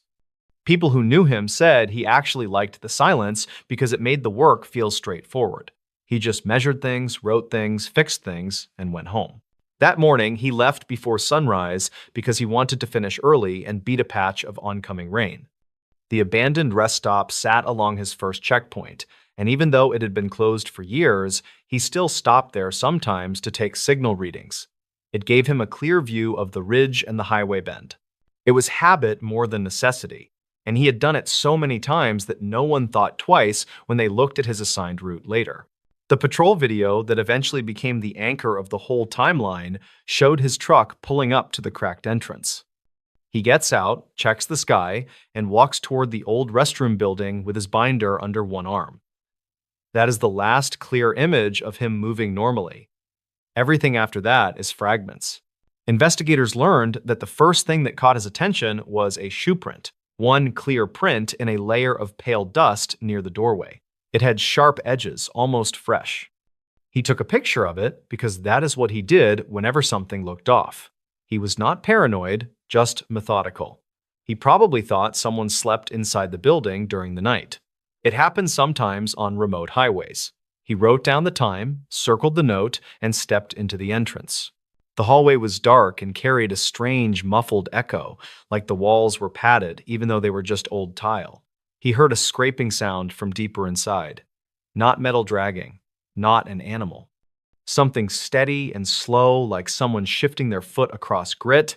He called out, waited, and heard nothing. The sound stopped like it had been listening. Kieran walked back to his truck to radio the office, but his voice broke apart in static. The dispatcher later told investigators that the call sounded like it was underwater and bouncing through a long metal tube. She heard only fragments, his name, a location code, and something that sounded like movement inside. He tried again, and the signal died. That alone was unusual because that section of highway always had clean coverage. The binder recovered from his truck showed his own version of events. He wrote hallway sound, not wind, and then another line about a broken window at the back of the building. Investigators confirmed the window had been shattered outward. That meant something inside forced its way out, even though the inside had been boarded months earlier. Two highway workers driving through the area about an hour after Kieran arrived reported seeing a person moving inside the hallway. They saw the silhouette through the broken boards on the far window. They assumed it was Kieran and did not stop. Later, they both said the figure walked strangely, almost testing the ground each time it stepped forward. When Kieran failed to check in by midday, patrol deputies were sent to find him. His truck was still idling. The driver door was open. His binder was on the passenger seat with a page ripped halfway down. His pack lay near the broken window. The last photo on his camera showed the hallway inside the building. At the far end of the frame, barely visible, stood a faint figure leaning against the corner. No one could tell if it was facing the camera or facing away. Inside, deputies found scrape marks on the floor, thin, curved, following the left wall all the way to a locked storage room. The door showed no signs of force, yet the dust around it was swept clean in a straight line, as if something moved in and out repeatedly. The key they used to open it had to be fetched from the district office because no one had unlocked that door since the rest stop closed. Inside the storage room, they found an old maintenance cart shoved off to one side. Beneath it lay a faded maintenance log from the late 2000s mentioning a ventilation repair and a crawl opening behind a panel. The panel had been sealed for decades. The log was not supposed to be there. When investigators removed the panel, the cavity behind it ran deeper than any blueprint suggested. The air that came from the gap was cold and carried a metallic smell that clung to clothing. A search camera was lowered inside. The footage showed concrete walls narrowing into a crooked tunnel barely large enough for a grown man to crawl through. 10 feet in, the camera light hit something reflective. A highway vest. Not folded, not discarded. Hanging there in a slack curve as if someone had leaned their back against the wall and slid downward. No body, no markings, no drag trails. Just a vest that did not match any active crew assignments. Temperature drops inside the cavity were recorded several times. Each time the camera paused, the air dipped sharply. No external vents, no crosswind, no clear cause. The readings were entered into evidence but never explained. Investigators expanded the search into the forest beyond the rest stop. Dogs were brought in, drones were flown. For 3 days, they found nothing. No footprints, no broken branches, no cloth fibers. Only a small piece of metal near the far tree line, a fragment from a maintenance badge series retired decades earlier. Demolition crews arrived weeks later. They tore down the restroom building section by section. Workers reported strange acoustics in the hallway where Kieran took his final photo. Their tools sounded muted, as if wrapped in thick cloth. When they opened the wall near the crawl cavity, they found only a narrow, empty slot and a single metal hook drilled into the concrete. The hook had no purpose. The record showed no installation request. It faced inward, toward the cavity, like something had hung there long ago. In a thin layer of dust near the base of the cavity, they found a scrap of notebook paper. The edges were frayed as if torn in a hurry. The paper held 2 words in Kieran's handwriting. Saw movement. No time. No location. No arrows. Just those 2 words. Deputies later said the note bothered them more than anything else. He was careful, organized, and thorough. He always wrote full details. The only reason he would write something that vague was if he did not have time to write anything else. The rest stop was leveled to the foundation. The land was fenced off. The planning office rerouted all field checks away from the area. They said it was because the ground had become unstable, but the people who handled the paperwork knew that was just the clean explanation. Highway Patrol still reports occasional signal dips near the bend, only for a second, only when the morning fog is low. One deputy said he once saw a figure near the fence line in the gray light, standing too still to be a deer and too tall to be anyone from the service crew. When he turned the cruiser around, the figure was gone. The old case file sits in a drawer labeled Holt, Kieran. The binder, the camera, the scrap of paper, the vest, the temperature logs, the patrol video. None of it answers the basic question of where he went. Investigators who worked the early days still say the same thing when the topic comes up during late shifts. Whatever moved inside that building did not walk out through any of the exits. And whatever Kieran saw in that hallway moved first. The final recording from that flooded church basement. Late in the spring of 2012, a volunteer crew pulled a waterlogged recorder from a collapsed basement under an old rural church. Reports spread that the final audio on the device captured the last known moments of a maintenance worker who vanished during a sudden flood. Ronan Hale was 39 and worked as a part-time caretaker for that small church at the edge of a quiet farming town. He spent most days fixing loose boards or clearing brush behind the lot, and he usually kept to himself. On the afternoon this happened, he planned to finish an inventory list before joining his sister for dinner in a nearby township. He showed up shortly after noon and noticed muddy streaks along the stairs that dropped toward the lower storage rooms. The church sat near a narrow creek, and the building had a long history of minor flooding after heavy storms. Ronan figured it was another routine cleanup and carried a battery lamp down to check the drain lines. When he reached the landing, he heard a faint ticking, echoing from somewhere past the stacked folding chairs. He also saw a thin sheet of water drifting across the concrete toward the maintenance alcove.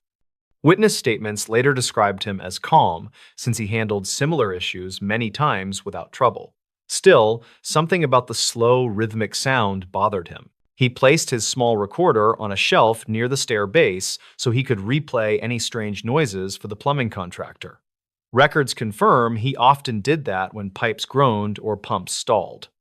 A neighbor recalled that Ronan believed strange sounds usually meant a stuck valve or trapped air inside old lines. Minutes later, the creek rose faster than predicted, and water began forcing itself beneath the rear foundation.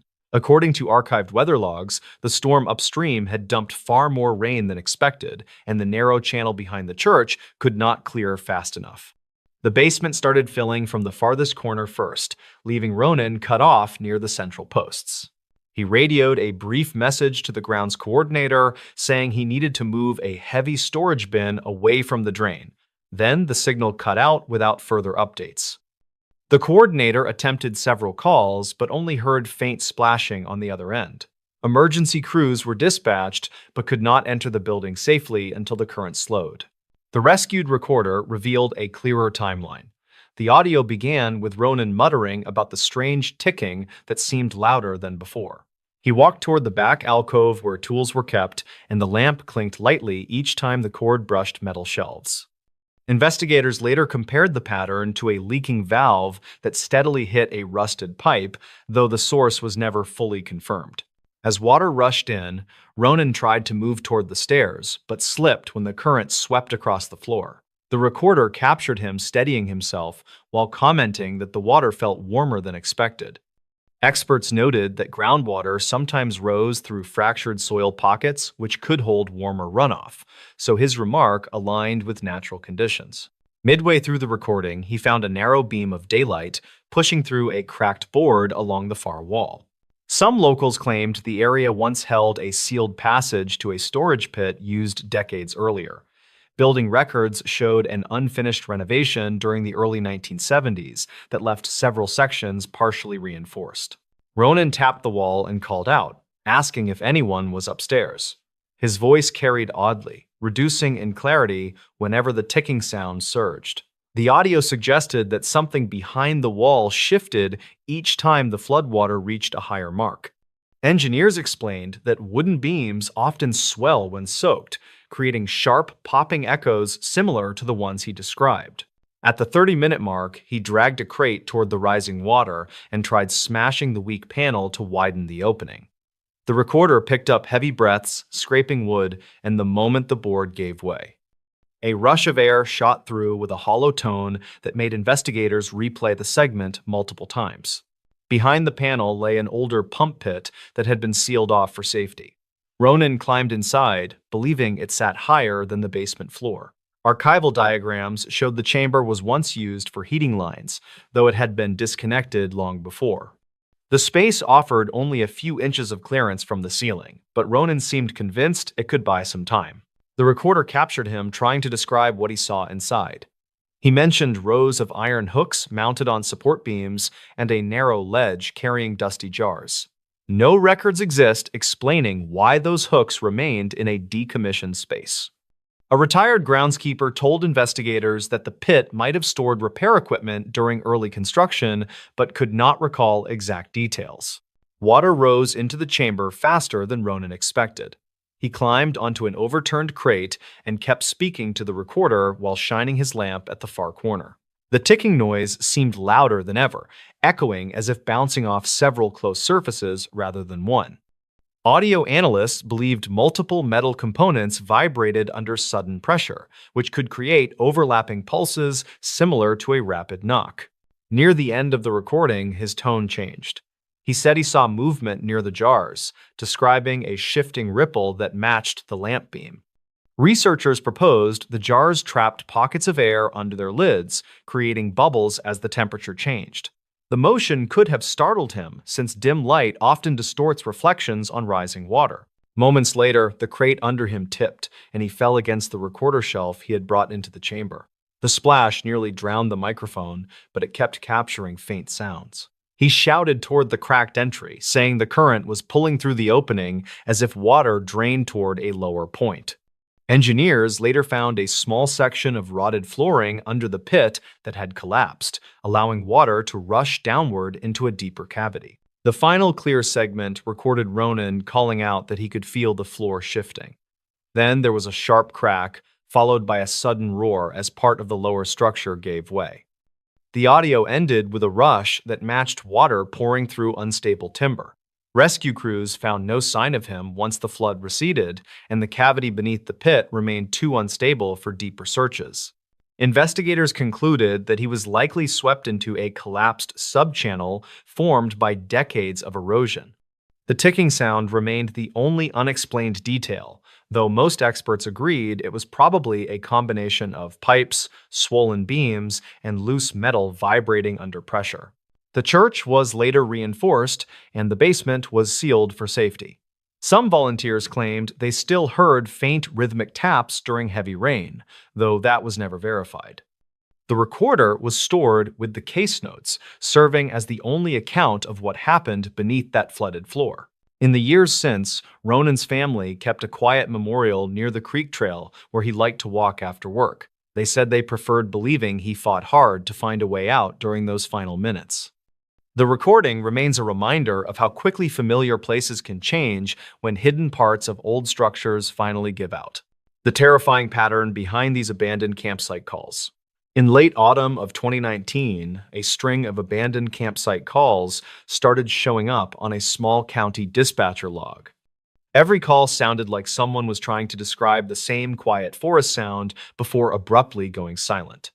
The pattern only became clear after a ranger reviewed the recordings weeks later. Kalen Drew was 37 and worked as a seasonal ranger who covered a stretch of woodland near an old reservoir. He spent most mornings checking trail markers or reminding campers to store food safely, and he usually finished his route by early afternoon. On the day he first heard about the calls, he had planned to photograph a ridge for a new map update. He stopped by the dispatch office before heading out and saw a printout listing 3 short, incomplete calls that all came from similar tower coordinates. Each call ended in under 30 seconds and contained the same low tone in the background. The dispatcher remembered the callers sounding unsure about what they were hearing, which caught Kalen's attention because the region rarely had unusual wildlife activity. He drove toward the reservoir and parked near a small access gate. Weather reports later noted a strong cold front moving toward the area that afternoon, which often caused strange echoes through narrow valleys. The air already felt heavy and carried a distant metallic note that he assumed came from shifting ice across the water. When he reached the ridge trail, he noticed a flattened tent tucked beside a cluster of pines. The soil around it showed no clear footprints, and the fabric was still clipped to its frame. Rangers who reviewed his photos said the campsite looked abandoned only hours before he arrived, with gear left in positions that suggested a fast exit without packing. Inside the tent, he found a small radio with its battery drained. The dial was set to a frequency used by hikers for quick contact with nearby groups. Witness statements later mentioned faint chatter from that channel the night before, though no confirmed calls were logged until the 3 incomplete ones.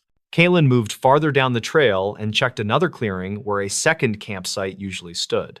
The fire ring remained warm enough to fog the air around it. He found 2 chairs facing the tree line, as if someone had been listening closely moments before leaving.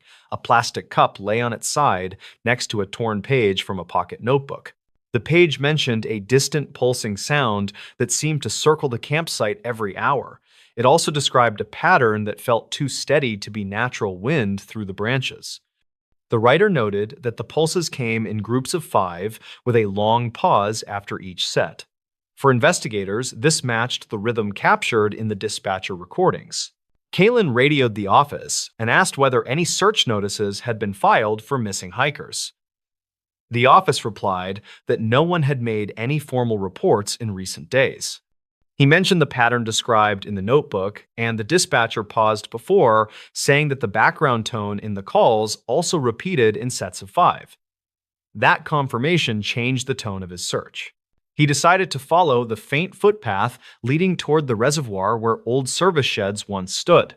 According to archived land use files, the sheds stored equipment decades earlier, though most were dismantled after a flood damaged the road leading to them in the late 1980s. Only one partial frame remained near the waterline. As he approached the shed, he heard the same pulsing pattern drifting across the trees. Each pulse carried a hollow ring, followed by a soft, fading echo that sounded almost metallic. Engineers later suggested the noise could have been produced by a loose buoy chain hitting a submerged metal bracket as the water level rose and fell under shifting wind. The door of the shed was half open. Inside, he found another tent footprint pressed into the dirt, along with scattered cans and a small portable stove. A bright orange hiking pack sat against a beam with straps still buckled. According to later interviews, this pack belonged to a group who had passed the station 2 days earlier, though they were eventually found safe in another county after leaving early to avoid the cold front. The surprising detail came from a small recording device attached to the front pocket of the pack.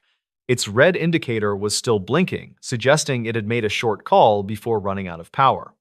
Kalen played the final segment and heard the same pulsing sound, followed by a strained voice saying a single phrase. The voice said something was moving between the campsites in perfect rhythm with the pulses.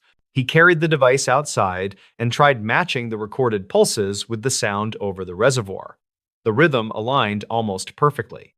When the wind shifted, the pulses grew softer but remained evenly spaced. He noted that every time a pulse hit a louder point, the surrounding birds went silent. Biologists later confirmed that sudden pressure changes around water can startle local wildlife into brief, quiet spells. Kalen searched the shoreline for any sign of the missing hikers mentioned in the notebook. He found only a narrow trail in the reeds that ended near a cluster of driftwood. The mud showed small divots spaced evenly apart.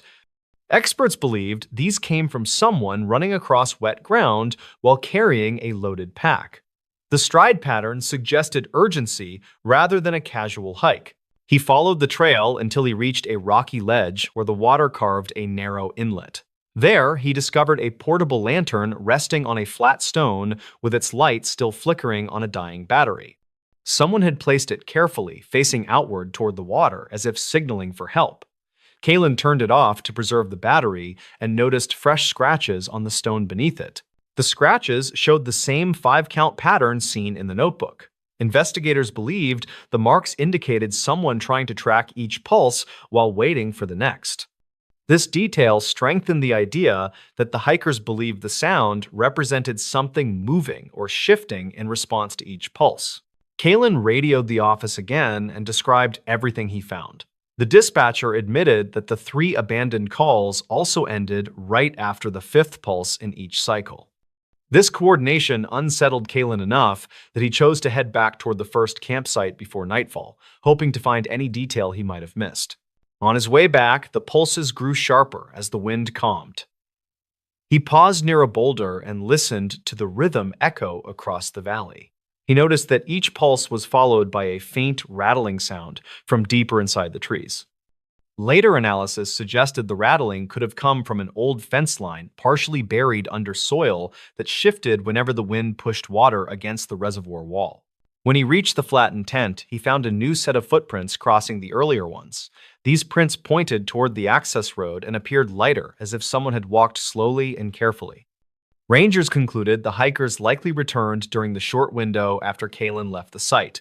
They probably wanted to avoid the falling temperature and chose the closest route out. The final piece came later that week when audio technicians studied all recordings together. They discovered that the pulsing sound formed a pattern identical to a failing pressure valve inside a submerged outflow pipe near the reservoir dam. When water levels reached a certain point, the valve played a repeating tone that carried through the valley during temperature drops. The hikers likely misinterpreted the sound during the foggy evening when echoes can distort direction. Their calls ended abruptly because their devices struggled to keep signal strength in that valley. They also left the campsites quickly when the shifting pressure caused branches and loose metal to rattle in sync with the pulses. Kalen filed the full report and recommended additional signage near the reservoir trail, explaining that strange echoes may occur when water levels change suddenly. He also noted that no evidence suggested anyone was harmed or pursued by anything unusual during the events. In the years after the incident, the abandoned campsite calls became a quiet lesson for new rangers. They learned that patterns in remote places often come from the land itself, rather than from anything hidden within it. The recordings remain stored in the office as a reminder that fear can grow quickly when sounds repeat with perfect rhythm in a dark and unfamiliar forest. This forgotten photo wasn't meant for you. Reports about this photo surfaced after a retired volunteer mailed a small envelope to a regional archive during late summer. The image inside showed a dim roadside meadow with a shadowed figure standing near a broken fence.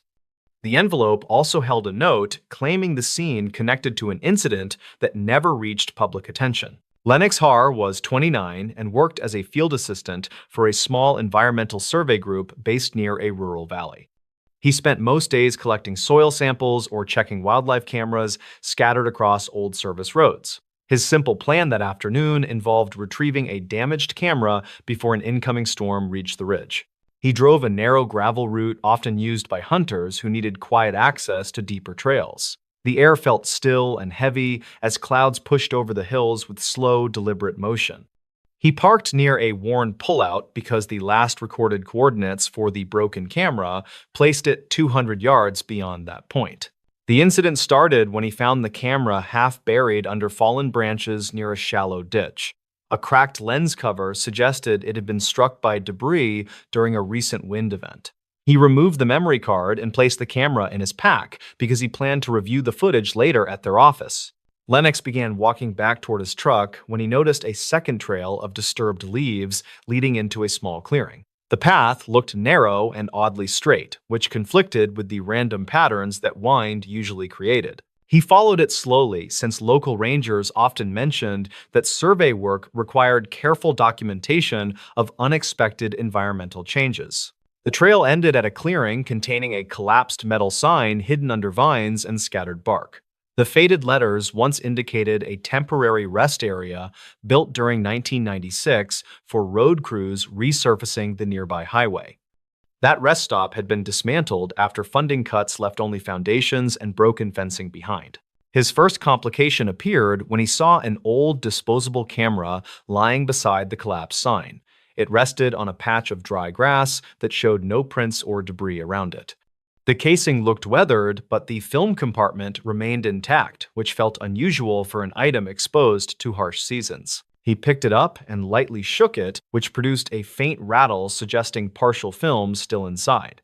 He placed it in his pack because their office kept an outdated film reader for educational projects. He planned to examine it later and mark its location in the survey log to maintain proper documentation. The second complication appeared as he prepared to leave the clearing. A soft, cracking sound rose from deeper inside the trees as if someone stepped on brittle branches. Lennox paused because he believed a person might be in distress or possibly hiding from the approaching storm. He called out a quick question asking if anyone needed help. No one responded, though. The air carried a brief shift in temperature that made him draw his jacket tighter across his chest. He started walking again and aimed to reach the truck before rainfall soaked the route and turned the ditch into a deeper channel. The forest remained silent, except for distant rumbling above the ridge. He reached the truck and began loading his equipment when he heard a faint metallic click near the tree line. The sound repeated twice and seemed to match the shutter of an older camera. He scanned the clearing but saw nothing except scattered branches and a few leaning posts that once supported instructional signs. Lennox drove back to the survey office and used their small utility room to review the damaged wildlife camera footage. Most clips showed common movement patterns created by deer and small mammals crossing the route. The final clip captured a person walking in the opposite direction of the expected trail during early dawn 2 days earlier. The person moved with a slow and uneven gait and carried what appeared to be a small rectangular object at chest height. The image clarity made it difficult to confirm if the object was a camera, though the posture suggested careful framing.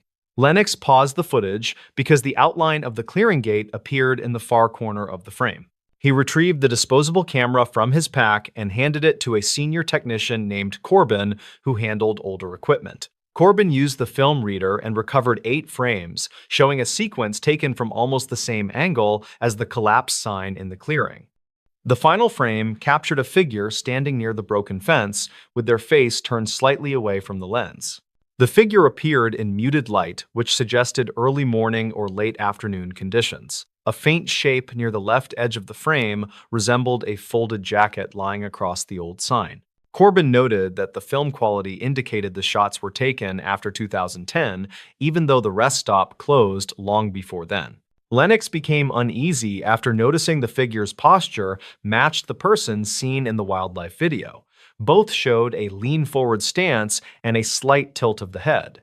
The rectangular object held by the person on the wildlife footage could match the disposable camera discovered near the collapsed sign. He contacted a retired ranger named Talwyn, who previously assisted the survey group with map corrections. She recalled that a solo traveler went missing near that same ridge during early spring 2011. That traveler reportedly searched for abandoned roadside campsites that once held documented historical markers from older transportation routes. The traveler left behind a short note mentioning interest in forgotten structures and plans to photograph locations before seasonal storms erased remaining markers. The final known lead placed the traveler near an old turnout connected to the same service road used by Lennox. Talwyn explained that search crews relied on those clues but never found evidence beyond scattered gear. Lennox studied the disposable camera images again and noticed the shadow of an upright post near the figure's left side. The wildlife footage revealed that same post leaning at a matching angle in the clearing. This connection implied the person in the photos stood exactly where Lennox found the camera during his late afternoon survey. The twist emerged when Corbin revealed a final partial strip from the processed film. The strip contained one fragmented image that captured the clearing from a vantage point behind the broken fence. The perspective showed the photographer standing near the metal sign with their back turned toward the viewer. The photographer wore the same jacket seen on the ground in the earlier frame. Lennox returned to the site 2 days later because he wanted to compare the angles with the remaining markers. The ground around the collapsed sign showed faint indentations consistent with footprints older than a week but newer than a full season. Thin grass leaned toward the ditch as if someone had stood in the area while shifting weight repeatedly. He moved toward the broken fence and found a small rusted clasp lodged between 2 boards. The clasp matched a style used for travel pouches sold widely during early 2000 years. He placed it in a sample bag and took detailed notes to match its position accurately. He also found a torn corner of paper trapped under a rock near the ditch. The paper held part of a handwritten message referencing a plan to document a final viewpoint before leaving the region. The ink showed fading consistent with long exposure, yet the paper itself remained relatively intact. Experts later suggested it drifted under debris layers and resurfaced only when strong winds pushed through the clearing during recent storms. Lennox followed the ditch for 40 yards until he reached a cluster of stones arranged awkwardly in a narrow line. The stones looked intentionally placed because they formed a gentle curve pointing toward a shallow rise behind the trees. He climbed the rise and found a flat patch of ground offering a clear view of the entire clearing. He stood there silently as faint wind pushed shadows across the broken fence. From that point, he could replicate the perspective in the fragmented film strip that showed the photographer from behind. This meant the photo captured someone positioned at the rise while the traveler stood near the sign preparing another shot. The most plausible explanation suggested that the traveler photographed the clearing repeatedly while unaware that someone moved behind them at the rise. That person may have used the wildlife path later identified in the camera footage. The storm that approached during the traveler's final day probably scattered additional traces that might have indicated a struggle or sudden retreat. Local volunteers believe the traveler attempted to return to the main road through the meadow, but became disoriented as rainfall obscured the route. The jacket in the image might have been removed during brief rest or while repositioning equipment. The disposable camera possibly fell during the storm and remained protected under thick vegetation for many years. Lennox provided his findings to regional authorities, who updated the old missing person file with the new evidence. They identified the figure in the wildlife footage as likely matching height estimates from the 2011 case.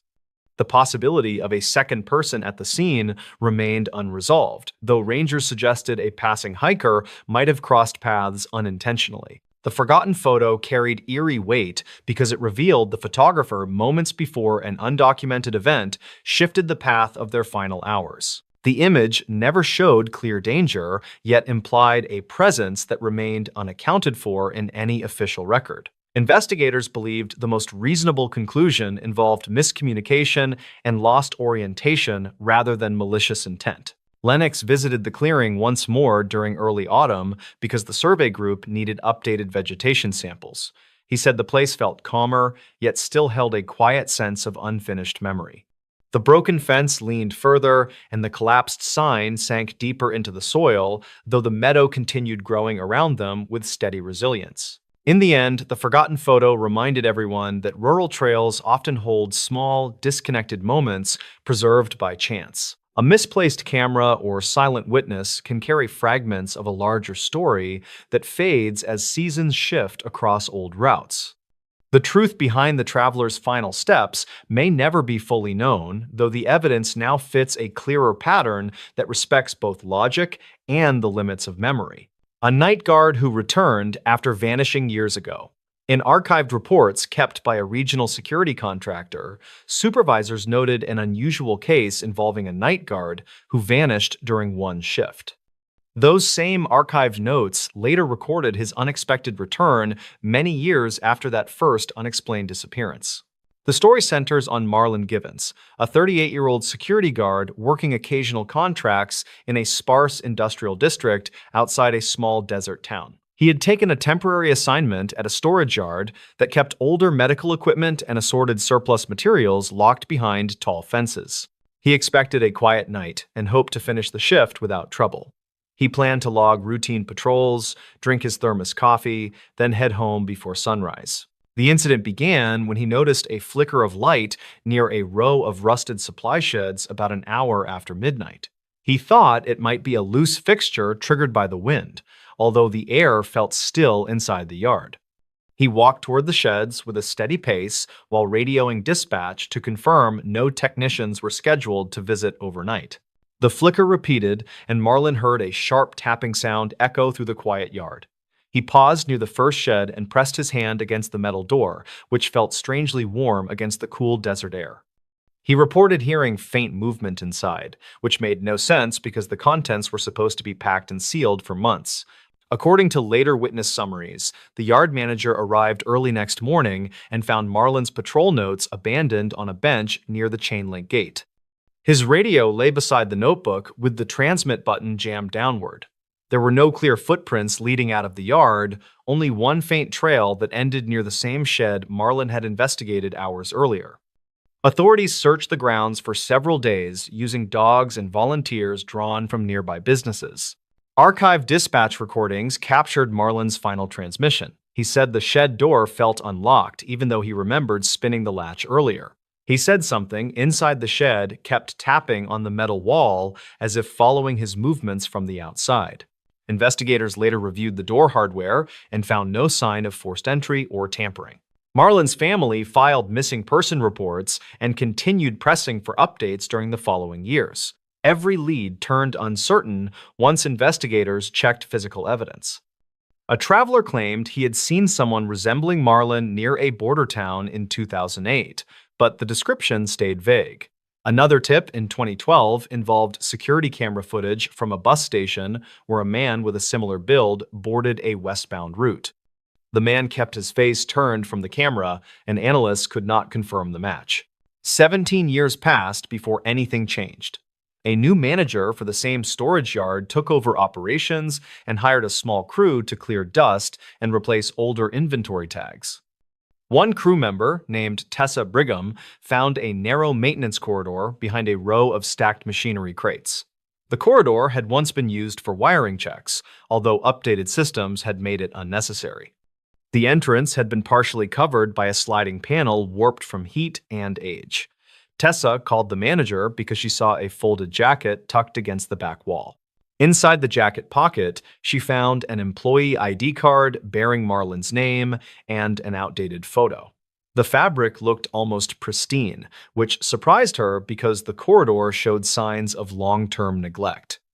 Dust clung to exposed wires, and small fragments of insulation lay scattered across the floor. The jacket seemed placed recently rather than left untouched for years. The manager contacted local authorities who reviewed historical records from the yard. They measured the space and documented the temperature difference inside the narrow corridor compared with the surrounding building. The air felt noticeably cooler inside the corridor, even though the desert heat pressed heavily against the outer walls. Investigators found no living space or hidden compartment, only a cramped passage that appeared unused since before Marlon vanished. 2 weeks after the jacket discovery, a driver passing the front entrance claimed she saw a figure limping along the outer fence line just after sunset. She described a tall man wearing a faded uniform shirt with an older-style security patch stitched onto the sleeve. She slowed her car and watched the figure stop at the gate, then turned sharply toward the side road before disappearing behind a cluster of abandoned trailers. Deputies searched that area before finding fresh footprints beside a short length of broken fence. The prints matched the approximate boot size listed on Marlon's original employment form. A pair of partial handprints smudged the dusty trailer door, yet the angle suggested someone had steadied themselves carefully instead of forcing the door. 3 nights later, a clerk at a gas station about 2 miles away reported a strange encounter with someone she believed might be Marlon. She said the man stepped inside wearing a sun-bleached jacket and carrying a small spiral notebook. His face appeared drawn and tired, and he avoided eye contact except when asking quietly if the station still hired overnight help. The clerk stepped away briefly to notify her supervisor, then returned to find the man gone. Security video confirmed the visit, but provided only a grainy view of the figure as he exited the building. Investigators pieced together a timeline using those sightings, although several points conflicted with environmental data. A thermal camera mounted on the yard perimeter recorded a single figure approaching the sheds 4 hours before the gas station visit. The stride length matched the figure seen by the driver earlier that week. That meant someone moved between the fenced property and the nearby road multiple times within the same night, yet no patrol officers saw anyone on routine checks. Authorities distributed updated informational sheets to local hospitals and shelters. Staff at a small emergency clinic contacted them 2 days later. A man had walked in during a quiet afternoon, asking to speak privately with whoever handled security matters. He said his name was Marlon Givens and that he wanted to return something he had taken from his old job. He reached inside his jacket and placed a folded patrol log on the counter, then asked if he could sit near the entrance because noise bothered him. Clinic workers described his voice as strained and uneven. He told them he remembered stepping into the shed and hearing someone whisper behind him, even though he saw no one there. He said the light inside the shed turned blindingly white and everything around him felt hollow, like the air had drained out of the room. He insisted he had not run away or abandoned his post. He claimed he simply walked back toward the exit and found the yard empty when he emerged. A responding deputy said Marlon seemed confused about the year, although he recognized the town name and his original employer. His clothing showed little wear despite his long absence. The notebook he carried had several pages filled with odd time entries that did not match any known calendar format. Each entry tracked moments by counting shadow movements or changes in distant sounds rather than standard clock hours. When investigators asked where he had been, Marlon paused for a long moment, then said he had walked along the sheds until the ground changed. He said it felt like he crossed through a place built from repeating patterns of metal and dust. He claimed he followed a path that returned him to the yard entrance where he saw new padlocks on the gate. He appeared genuinely unaware that many years had passed since he first vanished. Medical staff examined him and found no serious injuries. His vital signs remained steady, yet his body temperature ran slightly cooler than expected for someone standing in a warm environment.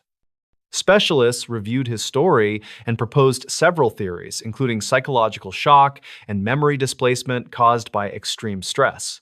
They suggested he might have suffered an episode that blurred his perception of time. They could not explain why his clothing showed minimal aging or why his ID card looked recently cleaned. Authorities escorted Mrballen to a quiet facility for further evaluation. He answered questions politely but avoided any mention of the narrow corridor where his jacket had been discovered. When shown a photograph of the corridor, he lowered his gaze and said he recognized the texture of the wall but did not understand how his jacket reached that place. He said he felt overwhelmed by certain mechanical noises in the building and asked if he could wait outside until the interview ended. Investigators continued reviewing logs from the night he vanished. They found a short audio clip recorded by a faulty perimeter microphone that had remained stored on an old server. The clip captured a hollow metallic ringing, followed by a voice resembling Mrballen's. He said someone kept calling his name softly from inside the shed, even though he knew he was alone. Analysts could not determine whether the voice belonged to a person or a distorted echo created by shifting metal. Mrballen eventually returned to stay with distant relatives in another state after the facility cleared his release. Officials stopped their active investigation and recorded the case as a missing person who reappeared under unusual circumstances. They documented every sighting, every recording, and every artifact, but found no clear explanation for the long gap in Mrballen's life. Residents near the storage yard still talk quietly about the sheds. Some say the flickering light has returned many times, although the equipment inside has not changed in years. Others claim they have seen a tall figure walking between the crates long after the yard closes for the night. Each story remains unverified, but the security company moved patrol routes away from the sheds as a precaution. The case leaves more questions than answers. Mrballen lives quietly and avoids discussing the event except when officials request brief statements. He says he feels grateful for ordinary routines and tries not to dwell on the missing years. He still believes he only stepped into the shed for a short moment and returned to find the world changed around him. No clue in the case? Check the basement steps. Archived county summaries about a stalled investigation often mention one note written in shaky handwriting by a frustrated detective. The note said, investigators found no lead strong enough to explain a disappearance until someone suggested checking the basement steps. The account follows Rowan Latchford, a 34-year-old property inspector assigned to evaluate older rental homes in a quiet valley town. Rowan spent that week finishing reports for a company that kept tight schedules, and he hoped the final inspection would be quick. The house sat on a narrow road lined with cottonwoods, and he expected nothing unusual inside the small structure beyond routine wear and dusty vents. Trouble began when he entered the house near midday and noticed an open binder on the kitchen counter. The binder belonged to the previous tenant, according to later interviews, and held receipts mixed with scattered pages of personal notes. Rowan reached for the binder and heard a faint scrape from somewhere under the floor. He thought it might be a loose pipe, although the sound repeated with a steady pattern that did not resemble typical settling noises. He walked through the living room and found a trap door leading to a basement lit by a single bulb. He descended halfway before stopping because the air felt colder than expected in a dry climate. According to the official interview he filed that afternoon, Rowan stepped onto the second wooden stair and felt a gentle vibration run through the structure. He called out to check whether anyone stayed below. Investigators later confirmed the basement held only boxes, an old dryer, and a short tool bench. Yet Rowan insisted he heard someone move through the darkness as if sliding an object across concrete. He backed away carefully and climbed to the kitchen, where he took several photos for his report. While doing so, he noticed a narrow gap beside the fridge that revealed part of the basement wall. The gap looked new, almost as if someone had cut into the plaster recently. That evening, Rowan delivered his standard paperwork to the office, and the supervisor added the file to a growing set of documents about the property. 3 people had rented the house during the decade before Rowan visited, and each left after short stays. One renter never picked up her final deposit refund. Records noted she vanished during late summer of 2007 after calling a friend about strange noises under the floor. A local deputy remembered limited details about that older case because the missing renter left few personal items. The deputy said they searched the basement carefully and found nothing suspicious beyond the older wiring and a slight draft behind the tool bench. According to dispatch logs, no further action was taken and the case grew cold within months.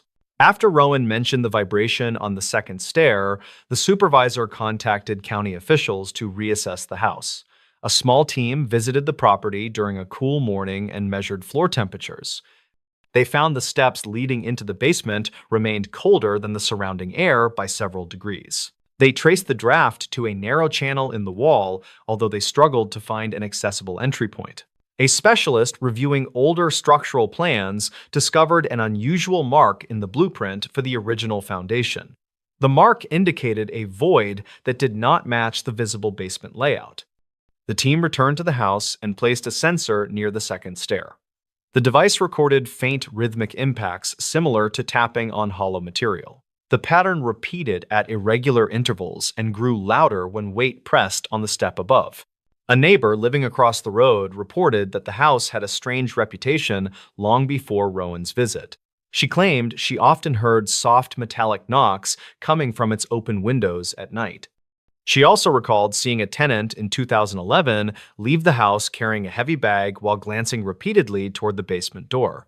He drove away before anyone spoke with him again. Investigators reviewed audio clips captured by the sensor. One clip contained a muffled voice that sounded like a whisper rising through the floor. The words stayed unclear, yet the tone suggested someone calling for assistance. They compared the voice with emergency calls from 2007 made by the renter who disappeared. Some vowel shapes matched, although experts could not guarantee a perfect link. Authorities returned to the house for a deeper inspection. They removed the boards covering the second stair and found a thin metal sheet fixed between the wood planks. Someone had cut a small notch along the sheet edge, which connected to the narrow channel inside the wall.